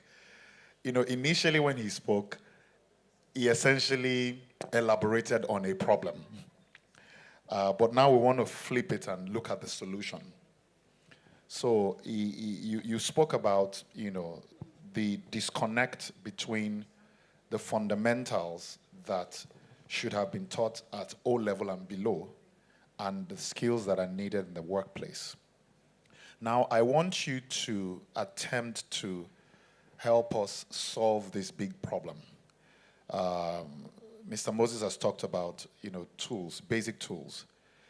He's talked about how certain educators are even behind on the conversation. And, what's happening in the classrooms these days is that the students already know so many things that the teachers don't even know. So it's a problem to them pass on knowledge. I mean, if you're a parent here, you must have been hit once or twice with a conversation or a question from your daughter or your son that you had to go and Google yourself because, they just know these things, they interact with these things. Now, the question I want to ask you is, how do we solve the problem of connecting what is going on in the classroom with job-ready skills and getting our human capital conversation up to par with where we should be, especially as a developing economy? A developing economy has a lot more work to do than an already developed economy. So how do we connect the dots between the classroom? I mean, you have a lot of educators here today. Are there things you can tell us that will help us to contribute our own little quota, to advancing the conversation? All right, thank you very much. So let me focus on the educators since they are the ones that will benefit from my feedback. And then I could maybe round up with on a macro level for government, for those who know government, or if this goes viral. So for the educators in the room, before I talk, I always give preambles because my ideas are radical. And they're radical because our problem defies common sense. You understand? The problem in Nigeria, they defy common sense. So it's not a devil matter because, we're supposed to be religious people, right? So, and he that is in here. But it is more of just a lack of paying attention to being transparent. What do you mean by that, being transparent? It's denial of what is staring you in the face. So let me tell you how to deal with it. Or let me tell you how I'm thinking about we need to solve it radically. Anything you're teaching in the classroom or any topic in the curriculum that does not have a direct correlation to an actual problem in society is dead on arrival. Do you understand what I'm saying? You are wasting your time. Now, that is what I mean by denial. Now, you and I know. Like if you walk into Unilag now, they're doing computer science.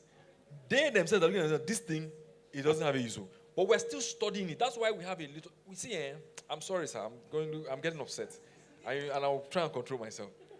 Because we know protest tomorrow. What are we protesting? That we're protesting the problems that we created for ourselves. If we don't solve education, forget about it. It's not about building Niger Bridge. Maybe you're from the southeast. You saw they're destroying Niger Bridge. That's when you do infrastructure before education. Education must come before infrastructure. Do you understand? That's why the likes of Finland, they understand these things. They're not deceiving themselves. Every child must go to school. Look at our Lekki Expressway. It's a mess now. And we're all looking at ourselves. And I'm like, are we all looking? Are we going to wake up one day and become like Meduguri? That's how it started now. Sorry, come back to the training. I'm sorry, you can delete that part. Anything you are teaching. And the funny thing is that it is even more exciting to teach that way. Do you understand? So you want to teach shapes. What is the application of shapes? Come and give them example. You want to teach them photosynthesis. Bring plants, bring everything. Note dictation, cancelled. Except you want to teach them how to write well. The keynote speaker, which I wish was here, Mr. Fisayo, was the principal of Corona at the time. And when she was acting, she used to have assembly. She told us the story. During the assembly, they solved one problem. So she would call all the students and she would tell them about the importance of planting trees. Blah, blah, blah. Explain everything to them and then tell them to go and do the work. One time they came back from holiday and some trees were cut. And the students came crying and challenging her. Why did you cut the trees? Do you know in the implication? Blah, blah, blah. The children understand. Look at our Lekki Expressway. No trees. All our landlords own. And that's why they are agberos, because there's no shade. So it propagates aggression.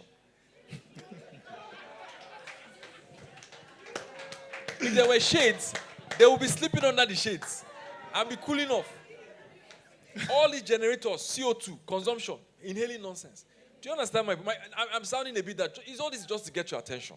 But the point is this: educators. I know you're also trying to survive. It's hard. The economy is hard. I can understand. You have to make money. Give WAEC what is due to WAEC, but give the children what will save them. So when you finish satisfying WAEC, NECO, everybody, which I know, I will come for them too. I just don't want to be too blacklisted. So let me be managing until I enter the... Because if you come too aggressive now, they will blacklist you. Society doesn't like the truth. They like, just clean it up. But we know the issues. You understand? So where I'm going is English language, letter writing. Get companies, free of charge. You finish teaching them composition. Look for companies that need proposals. Tell them, we want to help you write a proposal. A proposal you've been thinking about that you don't have the time to. Let's help you. Let my students work on the proposal. When they finish, no matter how bad, the students will be happy. The proposal was submitted. Wow. The composition we wrote, yes. There's what we call expository composition. That one is research, whether investigative or not investigative. Get media houses. I was talking to a very popular media analyst. They know that I don't want to mention. And he was talking about his frustration that the people that come with journalism or mass comm cannot do simple analysis for him when he's reporting financials of companies. So he has to read the thing again. Meanwhile, they went to school. So if you bring someone like that, companies are littered with problems. So find companies. The parents, go, tell them to send their parents. Even if it's small, medium scale enterprise. Oh, she sells kunu. No, not kunu, sorry. She sells, give me something, zobo. Oh, your mom come to the class. Tell us your problems. Let my students think about the solution to your problem with you're already training a new generation. If government is serious, let me say this publicly. This one, you can carry this one. Nigeria's problems can be solved in 24 hours. You heard me. It's not a long-term solution. It is to tell Unilag tomorrow to start doing what Decagon is doing. Full stop. It's cheaper. Decagon, go and resume Unilag and take over the computer lab. That's all. Just take over computer science in Unilag because they are producing what the market needs. So why are you wasting your time? But you know the cabal will sit down and say, no way. Let's negotiate. Let's negotiate. So where I'm going, because I'm taking solution, I'm giving you macros. That thing I say is macro solution. Which is that we need to have honest conversation. Cabal, you're holding the education down. What is in it for you? How much are you making? Let's pay you off. I'm serious. And then focus on the lives of our children, 200 million people. Out of which 100 are poor in a country where cassava alone can replace oil and gas. Let's not talk garments. All those Boko Haram repentance, put them in factories, let them be churning out clothes that me and you can wear as beautiful as this and as beautiful as that. I wore this one because you told me, because I wasn't sure of the dress code. You didn't tell me the dress code. I would have gone natural like this man. It was your fault. You can see what he's wearing. I always look at him when I'm dressing up like, let me catch up. So he misled me. I went together. School owners, give WAEC what to do WAEC, and then focus on helping these children. Work with the parent community and solve a real problem. If you teach quadratic equation, look for the application. If you teach any elementary science, it has application. That's the, and then for the governments, let's have real conversations around whether we're ready to take on education as a whole. But I think I shared some ideas, which is really just swapping it. So if we become a problem-solving oriented society, then the education becomes irrelevant overnight. Full stop. All right. Thank you very much, Dr. Tafa. So, just for the initial round, we'll just take a few questions, maybe just about 3 questions from the audience. If you have questions, please kindly put them together. My final question to you. So, there's been a lot of talk around specific tools. I know, for instance, as a key player in this industry, that there are specific tools that we cannot work around. For instance, the most fundamental around education technology is the computer. The computer is not a new invention. The computer itself is over 30 years old. Now, without access to the computer, whether in form of a desktop, laptop, your tablet, or your phone, because all of these things are computers in themselves, right? There is no going forward. I mean, he was talking about the classrooms, and he talked about how you could bring something to the classroom, the students can interact, but he then quickly paused and said, some of the students don't have access, so that could be a problem. I know a lot of school owners here, there's one challenge generally around, if we give them access to phones, it will distract. Okay, so let's take phones out. There are tablets, there are laptops, there are desktops, and a bunch of other things. I know schools want to have those devices. There's also the critical part of the smart boards. Smart boards, smart projectors, and a number of other things that will be very, very central to the delivery of the quality of education Dr. Tafa is talking about. How do you, because I have seen these things, how do you start teaching, let's say, photosynthesis, and you want to connect it to the next wave of agricultural advancement, for instance? You have to be able to show them on a screen what is happening in farmlands, let's say in Benue and some other places. You have to be able to show them. You can't show them with a textbook. It's very difficult. You won't even find the right example. You might find something that was printed in 1965 that is irrelevant. So it's very, very fundamental that the tools are there. If we also look at the skill conversation that Mrs. Chinedu Okoro was talking about, skills such as photography, for instance, you need the tools to be able to teach that. Skills such as 3D printing, robotics, and the likes, you need the tools. There are tools that have been built to teach that. So there is a critical infrastructure deficit, which is the theme of our conversation. And you've spoken a bit about it. Now, I want to ask you in specific now, that how do we speed up access to some of these things? I have a few ideas or thoughts, potentially around collaboration of multiple schools to come together and, do a joint, engagement. Because sometimes economies of scale can bring down the cost. Some of the OEM providers, if they're able to aggregate. So how does Sterling Bank see this problem as something they can play a part in? Making sure that, yes, not all schools are at the same level, but that we're not stylishly and strategically denying the common man access to quality education because they simply can't afford certain things at the level that we're playing. All right, thank you, Tayo. So I think, again, everything you've just said is centered on strategic partnerships, right? I know today, I don't know if we know of a company called Chronicles, Software Chronicles. Yes. It's owned by a guy called Koyejo. Yes. So today, we have NAPS. NAPS is a community, is a body, right? One of the educational associations and body. So we've partnered with Koyejo, who is the MDC of Chronicles, right? Where we have planned to give or to provide device financing for the members of NAPS. Not only members of NAPS, but also to students as well. So he has this, design specialized device with educational content in them. You have, some curriculum, school curriculum embedded in that platform.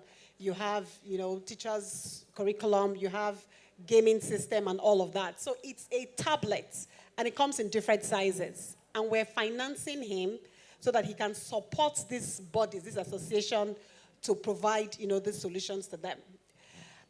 So recently as well, we've gone into partnership with an organization called U Lessons. I don't know if we also know U Lessons, right? So U Lessons is also working with schools, right? Both in the ones in their books and the ones in our books as well, where we're providing whiteboard. So we designed a dedicated product to enable them. So it's still under asset finance, right? Because we're providing an asset for the school. But we sat down with them and we designed this product so that it is suitable for these educators, right? So these are also educational bodies coming under, this platform as well. And they're getting access to these tools that would enable, their business growth in their respective schools. So for me, we're open to partnerships. We've also, I think there was a time we had a discussion with SKLD as well. They're also partners with HP. And we're thinking of how we can partner with SKLG, HP, and also provide devices, for teachers and also school owners. So we're very open to partnerships. And for me, I just feel that that is the only way we can scale.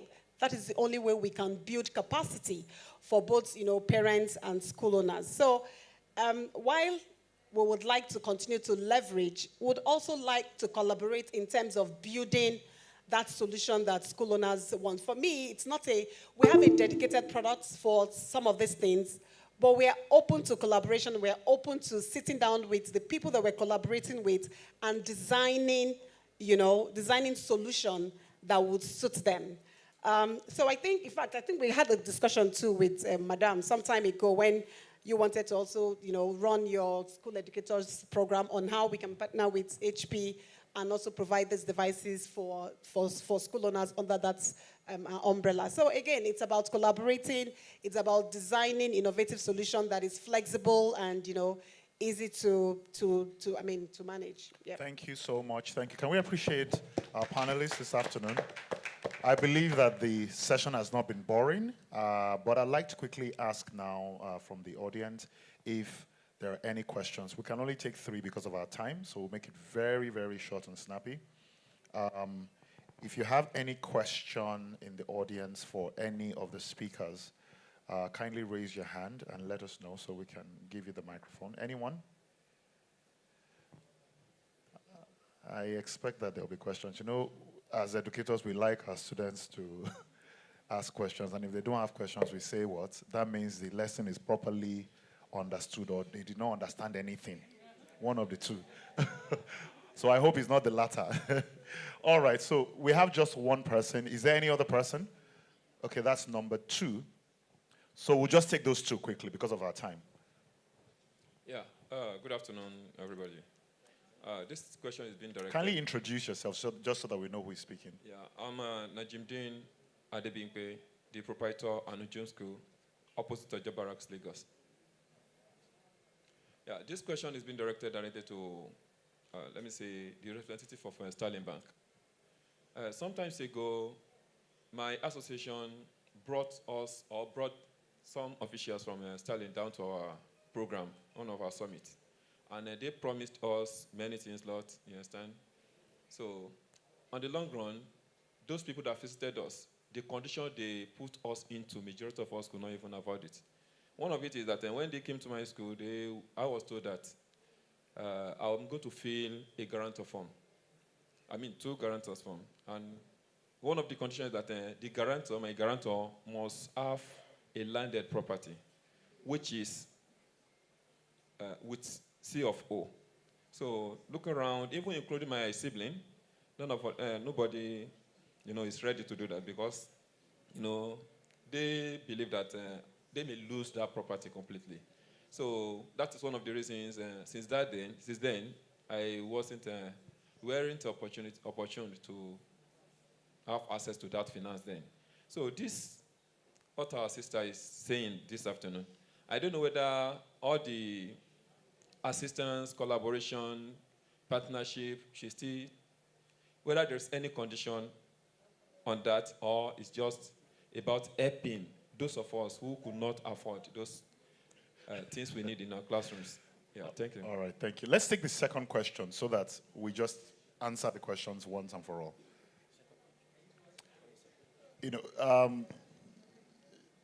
The facilitators will still be around, so if you can't take all the questions here, you can always meet any of the facilitators. But in the interest of time, we'll just take one more question. Please go ahead. All right, my name is Ibuku. I'm a partner at Emergence Capital. Thank you very much for putting this together. My question is not necessarily particular to education as much. I'm just wondering what the role of the school is, right, in sports development for the kids. In developed economies, sports is like a path to education for some. Of course, we understand that education in Nigeria is in a state of decay. However, we also see a lot of young children with talents. I think it's important that we have it at the back of our minds that not all of them are going to become doctors, become nurses, become, all these big things. Even this IT focus, not all of them are going to become that, right? If you watch the Olympics, for example, and you see the people representing other countries in the Olympics, a lot of them are below the ages of 25. A lot of them are below the ages of 20, right? Meaning that, there's still a huge gap there as well. These are skills that, a lot of them developed very early when they were in school. Swimming, for example, basketball, for example. Again, like I said, this is not a developed economy, but in other developed economies, right, the school itself plays an active role in development of kids from an early age. So, I'd just like us to touch on that if there's time to speak to it. Thank you. Okay, so we'll just take those two questions. Okay, there's a third question. We can only take one more because I said three initially. So make your question very quick. Good afternoon, everyone. My name is Alukusheyi. I'm a representative of Oriented Soul School. I am speaking on behalf of the schools in Ijegun, a rural area of Lagos State. Now, one, I want to see how our panelists can help us or orientate us on how we can assist parents in our area. Anything called gadgets, even a phone, the parents themselves are not having. If a child is having it, they tend to destroy it. So how do we, as educators, let us know the kind of level of work laid ahead of us to help the students in giving them the quality that we also think they deserve. So that is number one. Then number two, we are talking about financing. I personally have run through the criteria, let me call it the conditions for Sterling Bank to give an educational loan, or you call it, if you're having a clean record, if I can recall very well, that is written there. I don't think anyone in our area will be having a clean record. If there is a flexibility, I don't think so. I am talking from, we are all seated here, we came from almost the same area there. We know how we finance a lot of these students from our own purses. And we are not looking at the government to say, come and help. So if Sterling that is coming in to come and help are giving us a condition of a clean record, I don't think we're going to go through that. Okay. So if there is a need for us as an organization in this area to come and meet Sterling, I've been running Sterling Bank for the past 8-10 years. I've never gotten a loan from them. I didn't approach because I have read through. Clean record. I don't have. Sorry. So that is, we are now talking about what we can get. Maybe another condition, maybe there's a kind of setup for us. But majorly my question is about the parenting in our area and how to bridge that gap. In fact, I do tell them, if we compare the kind of education we get to what we are giving them right now. My brother said about sport. In my own school, if he says sport, even sports period, it's a trouble. Okay. Big one. Let alone go into photography, they will tell you, well, are you mad? Is that the education? So, you want to extort us, that's it. So we know how we use our own, even to go for excursion, we finance it. How will a child not even go out for an excursion at all? Okay, let's round off the question. All right, so we cannot take any other question. I apologize. Well, what we will do, we can't take any other questions because we also have, time, and then our panelists also need to attend to other things. So what we'll do is we'll have the panelists respond to the three questions that have been raised. I'll just go over the questions again. The one was about Sterling Bank and accessing loans and the likes. I think that's the same question you asked as the second question. Then you talked about orientation of the mind of parents in certain neighborhoods. Then sports development as a pathway to improving the quality of education and giving students, an alternative path. What we'll do is, to make it democratic, we'll just have all the panelists speak in less than 2 minutes. Just your thoughts about any of the questions. You can take one question and just address. All panelists will just go. Sterling Bank will, wrap it up. Okay, I think the only one I'm qualified to talk on is the sports and reorienting the parents. So for the sports, like Moses just mentioned there and said, our curriculum, it doesn't even give us the space for that. However, that's why you're an educator. You have to create the space. It's very important. Sporting must be given enough emphasis.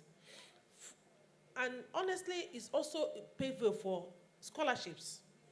For children who can't, ordinarily go to a particular school, school can give you full funded scholarship just because you're coming in to play a particular sport. And remember, this is another skill God has given the child. And it's a talent we should also try as much as possible to incubate and help the child work on it. So I think schools should pay attention to that. Educators should pay attention to that. Then on on the colleague that talked about parents, honestly, the way I look at it, whether you're in the rural area or the urban area, on the civilized area, first thing you have to do as an educator in your school is to educate the parents. Because as you're having these challenges with your parent, the other challenges people even in VI are having with parents. So you have to make up time, and it must be in your calendar for this term, for this session, parents' conversation. It's an intentional act, and you keep talking about it until your parents begin. Let me tell you something. If you do it so well, at some point your parents will be thinking the way you think.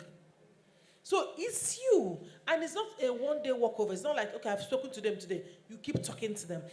As new parents are coming in, you're calling for meeting. You're telling them the benefits. You keep talking to them. Before long, you have a lot of them who will reason the same way you are reasoning towards the problem. So that's my solution. Okay. All right, thank you. Thank you, Yes. ma'am. So about the orientation, just like One house, please. just like she said about educating your parents. That's the first thing that you must always do, all right? And I'll give you an example. So in my college, all the students use laptop. It's compulsory, and we didn't get any for them as a school, all right? So, but how did we get the parents to invest this amount of money into getting laptops for their kids? And in fact, many of them would come and tell you, at first, I do not want to get it for my kids. I do not believe in it. Some of them will tell you, in fact, I have a parent that she doesn't have an email, she doesn't believe in WhatsApp, but yet she still had to get a laptop for her kid, right? And the way I was able to convince them is by making them understand that at the end of the day, this is an investment you're putting into this child.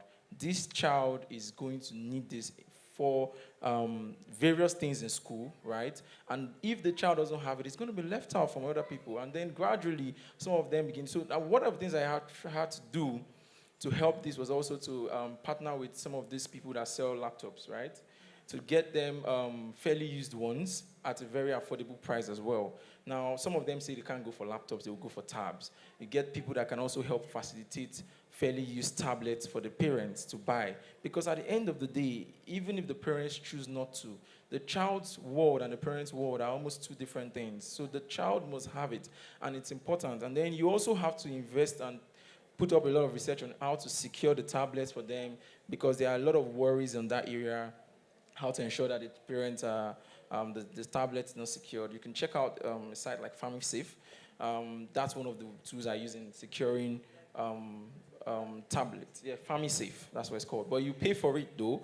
There are free ones as well, right? There are free ones. And then you must be intentional, that's the word. You must be intentional about it. You must keep talking to your parents about it. Even after they get them, some of them still don't want them even using them. So imagine, you still have to keep educating them. And that's why, as a school, we don't believe in just educating our children. We tell our parents that as you're coming in, we're going to be educating you as well.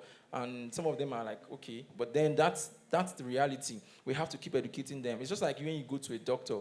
You can't tell the doctor, I want paracetamol instead of the one he's prescribing for you, right? You are the professional, yeah. You are the one that would tell them this is what they need and they should take it. But then you have to be convincing. First, you must have to believe in it anyway as a vision. Something I discovered is a lot of school owners and school people don't even believe in the idea of technology and all of this. They don't see the real necessity for it, and so they just feel, let's leave this. But then you have to first believe it so bad that you're always talking about it, and then obviously using it, because it's also important that you're using them. By the time you're using it and they're seeing it, and the parents begin to see the benefits of it in their kids, you'll be shocked. Many of them will want to go for it more, right? And then for sports, like I said to her, I said, the problem we have, the Nigerian curriculum doesn't even give us time for it because they don't even think about it. We as a school have to create it. I'm sure Dr. Tafa would have spoken about this a lot. It's important, but then what we do as a school is to create more time, right?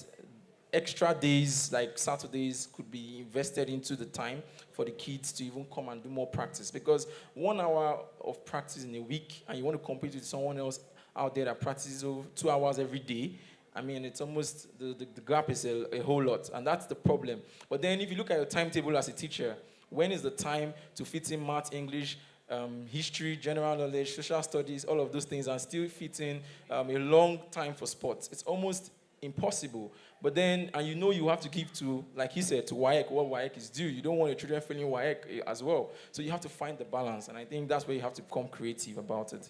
Thank you. All right, we'll take the last two very quickly. All right, I'll keep it very brief. Sir. One house, please. One house. Let's respect our panelists. I will speak now with my consulting cap because I've advised a lot of business owners. To be honest with you, everything rises and falls with you as a business owner. Sterling Bank is only Sterling Bank because they focused on a clear vision. They focused on building their capability. So I say this very respectfully. All the problems you have are all solvable, right? Every problem you have as a business owner, it is the ability to develop your capacity to solve it, which is, as a leader, strategic thinking. So, for instance, who do the parents listen to? They are religious leaders, they are community leaders. Take the battle there. Where I come and explain to this. Now, the ones that, of course, understand. So, it's called influencing. Do you know one of the most difficult things to sell? Banking products. How many banks are there? There are plenty. It's the same product. How are you going to convince me? They go through that, but how do they crack it? Perseverance, training, development, value, exactly. So you have to now go and acquire the ability to communicate to an ignorant parent. Or you change the parent, you change your customer base because they're not ready for education. So these are all the pragmatic things you have to take to say, how do I communicate to these people? So I don't want you to ever get stuck in the problem. It will drown you. So it's to get a boat and ride. And for me, it's to look for practical solutions. Who do the parents respect? Talk to them. And you can crack it. And then as an association, continue to build your capability to put pressure on institutions that are supposed to do their job.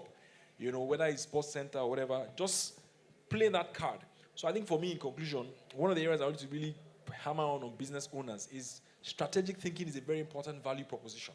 So it's a very important capability you have to build. The ability to look at a problem and deal with it from its roots, not by its fruits. Thank you. All right. Okay, and finally, I'll just basically speak on the financing question that the two gentlemen spoke about or spoke on. So, I don't know, what's the name, sir? Or Jim? Not Jim. Okay, not Jim. I really don't know when you came to Sterling Bank and they mentioned to you that you need to bring a landed property. Your guarantor needs to bring a landed property. I will tell you that is not part of my criterion today. Maybe you were there. Maybe you had it before 2020 or so. But even at that, even when I joined Sterling and reviewing the RAC, when I mean the RAC, the risk acceptance criteria for us to lend, I never saw anything like that. So maybe, I don't know, there must be some misunderstanding somewhere. So yes, we're a financial institution, and we also need to ensure that, we cover ourselves in terms of the risk. But I must tell you that we have made access to finance very, very flexible to the entire value chain that we serve today. I'll give you an example. When I joined the bank, one of the associations that I went to visit was an association called AFED. Everybody knows AFED, right? It's just like NABS AFED. AFED is an association. It's the umbrella of schools that are low income schools. And when I spoke with the chairman, one of the things that he told me was that they've tried to collaborate with Sterling on several occasions, but they've not been able to come up with anything because of some of the criteria that Sterling Bank is demanding. And one of the criteria was that they must have some sort of approval from the Lagos State government. I tell you, we sat down with that organization, and today we came up with a RAC system that does not include registration with the Lagos State government. Right? So there are basic things that in fact, we don't even do full credit analysis for schools. When we came in, we designed what we call template credits. So when I mean template credits, a product program where, for me, I want to lend to a school. And the only way I can lend to them is to see what are their challenges and how I can reduce those challenges for them. So what we did was let's just take the basic things that we need from school. For example, one of the things that I would ask you is that, one, you've actually run your business for at least 1 year. the last session that I went to, and we had a school leadership program, somebody said, look, when I came to lend, I came to borrow from Sterling, one of the things that they told me is that I must have run my accounts for 1 year in Sterling. And I said, no, we don't do that anymore, right? So what we do is, if you're coming to us, even if you have, so far you have run you've opened your business has been open for more than a year, you've run your business for more than a year, and in those 1 year, if you're banking with Zenith or you're banking with Sterling, with Access Bank, or banking with any other bank in Nigeria, just provide me that 1 year statement of account, and I would use that and support you in your financing needs. So really, a lot of things have changed in Sterling Bank. Like I said, for us, it's about the impact. How are we impacting the people that we are serving in our communities? To the gentleman who talked about clean record. So when you talk about clean record, it's part of the requirement, right? It's regulatory. Even me as a staff of Sterling Bank, if I want to take a loan from the bank, they would do credit check for me. Not 1, not 2, but 3. Right? So if you are owing, right, if you are owing another bank and you want to go to another bank to take a loan, it may be difficult for you. That is why we advocate that, people run their account in such a way that they're able to understand what their business cycle is, they understand their business cash flow, and you're able to pay back so that you can continue to get repeated loans. And again, one good thing about Sterling is that once we give you a loan and you're able to pay back, you get your other loan at a much cheaper rate. So you're different from somebody who we're lending to for the first time. So if we notice that you've run your loan, if we notice that you've run your loan throughout the cycle of your loan process seamlessly, you are constantly making payment as that's required. When next you are coming back for another loan, you don't get the same rate as what you got the previous time. We'll give you some sort of discount. That is what we do. So like I said again and again and again, we are an impact service provider, really.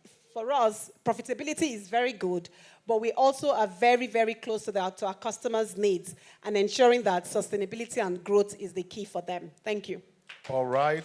Can we please appreciate all our panelists? I think it's been a very robust conversation, and I'd like to thank you for your patience and your attention during this panel session. We're now towards the end of our afternoon, and we're going to be focusing quickly on the actual exhibition.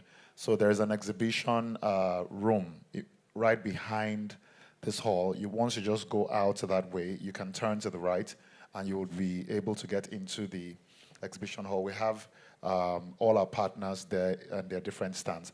But before we go, we would like to quickly do the honors of taking pictures with our panelists. Can we just have the cameraman?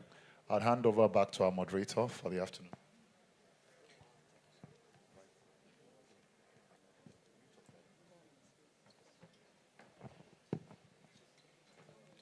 All right, Miss Faith.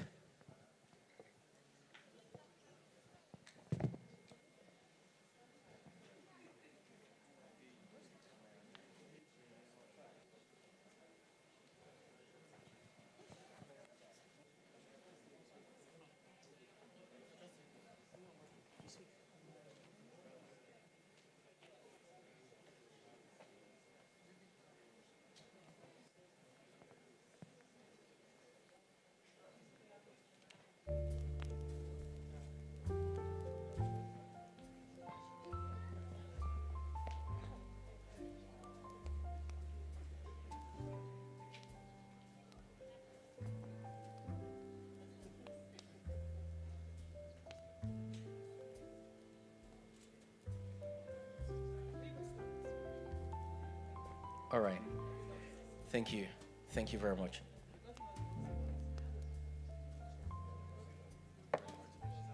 So we'll be inviting the MD and the ED, and as well as the panelists, to take a walk with us to the exhibition floor, where we, sort of have an overview of the products arrayed at this stand. All right.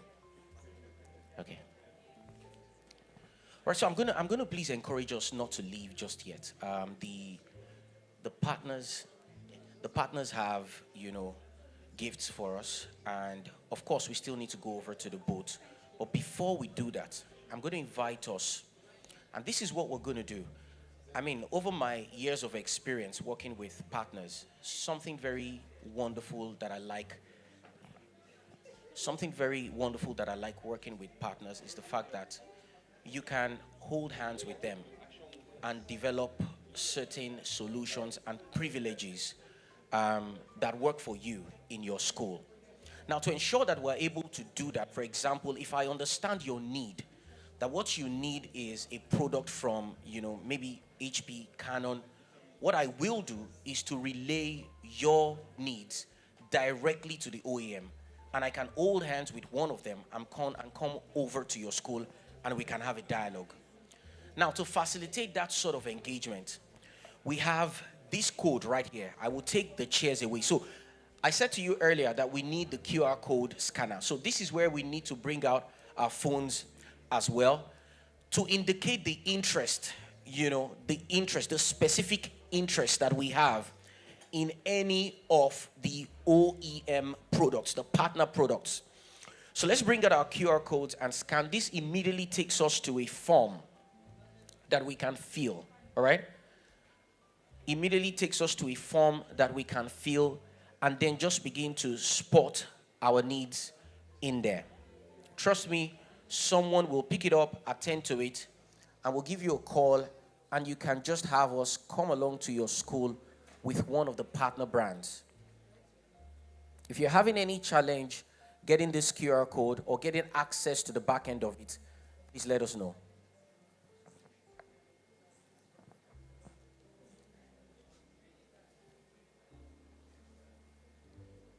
Mr. Agbemeleke.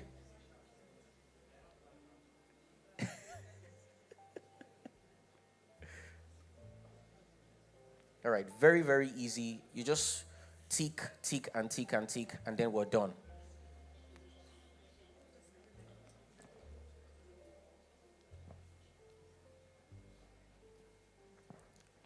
Please, if you're having difficulty scanning, you can just move forward a bit to get access.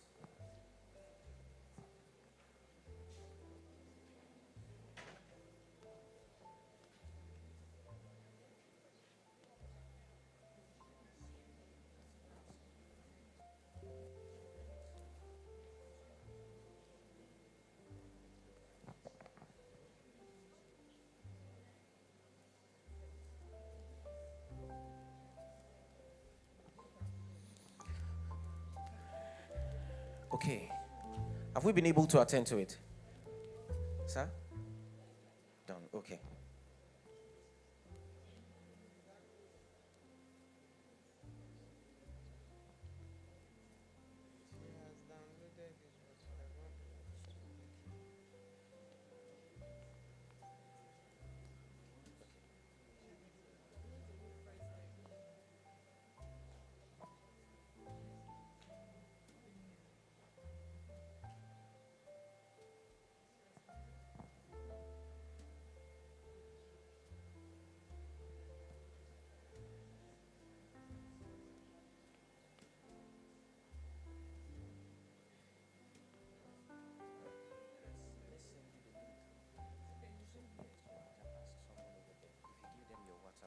Send you the link.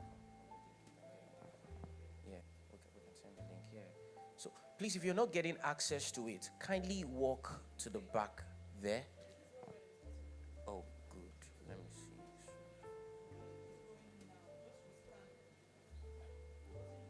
Oh, okay.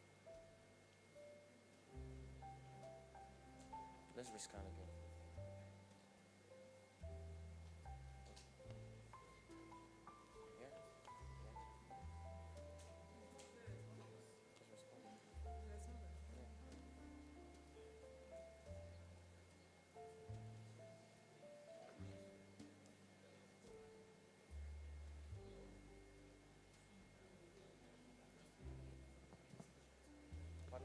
Okay, so let's count that. Okay, all right. So you can help me do this. Just help me run this. All right, so we can also have someone bring it closer to you while you sort of like scan it. If you're having any challenge scanning, so it can be brought closer to you. Now, please feel free. We have, finger foods just along the walkway. Please feel free to also go over there and get something refreshing for yourself. And also just to remind us very quickly that we can also move over to the exhibition floor and get acquainted or get engaged with the products that we have at the exhibition floor.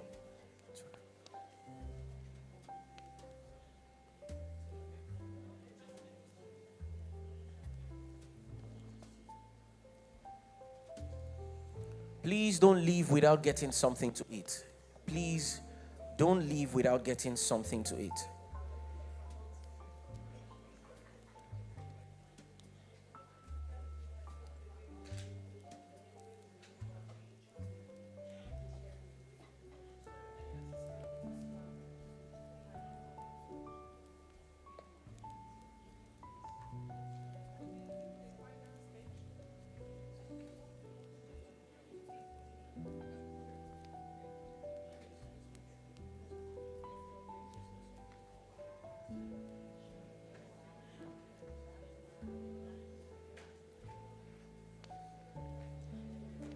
All right.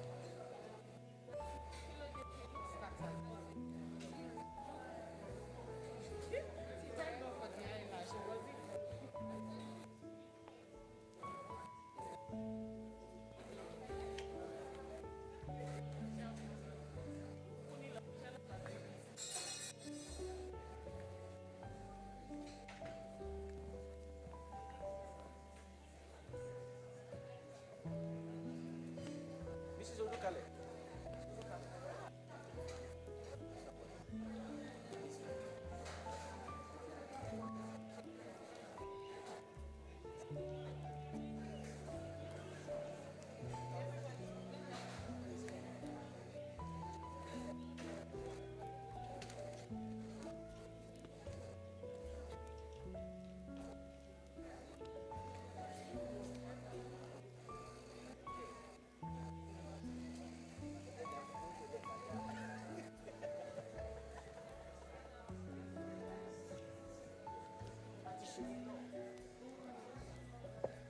Thank you very, very much for being a part of this session.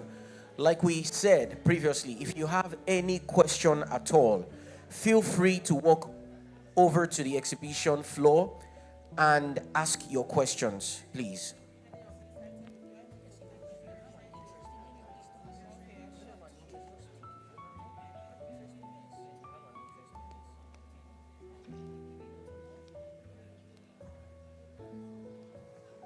Thank you very, very much. Thank you very much, Ma.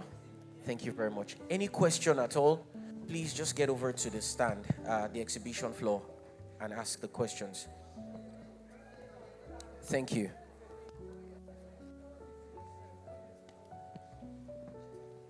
Thank you.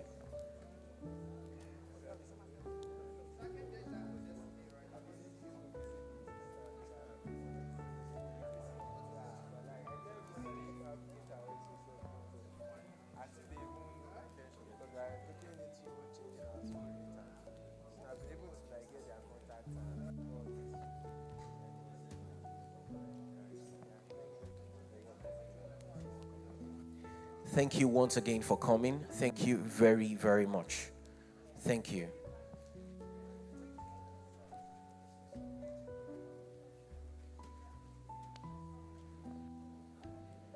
Please do not leave your bags behind. Please do not leave your bags behind. If you are going outside, please go along with your bags.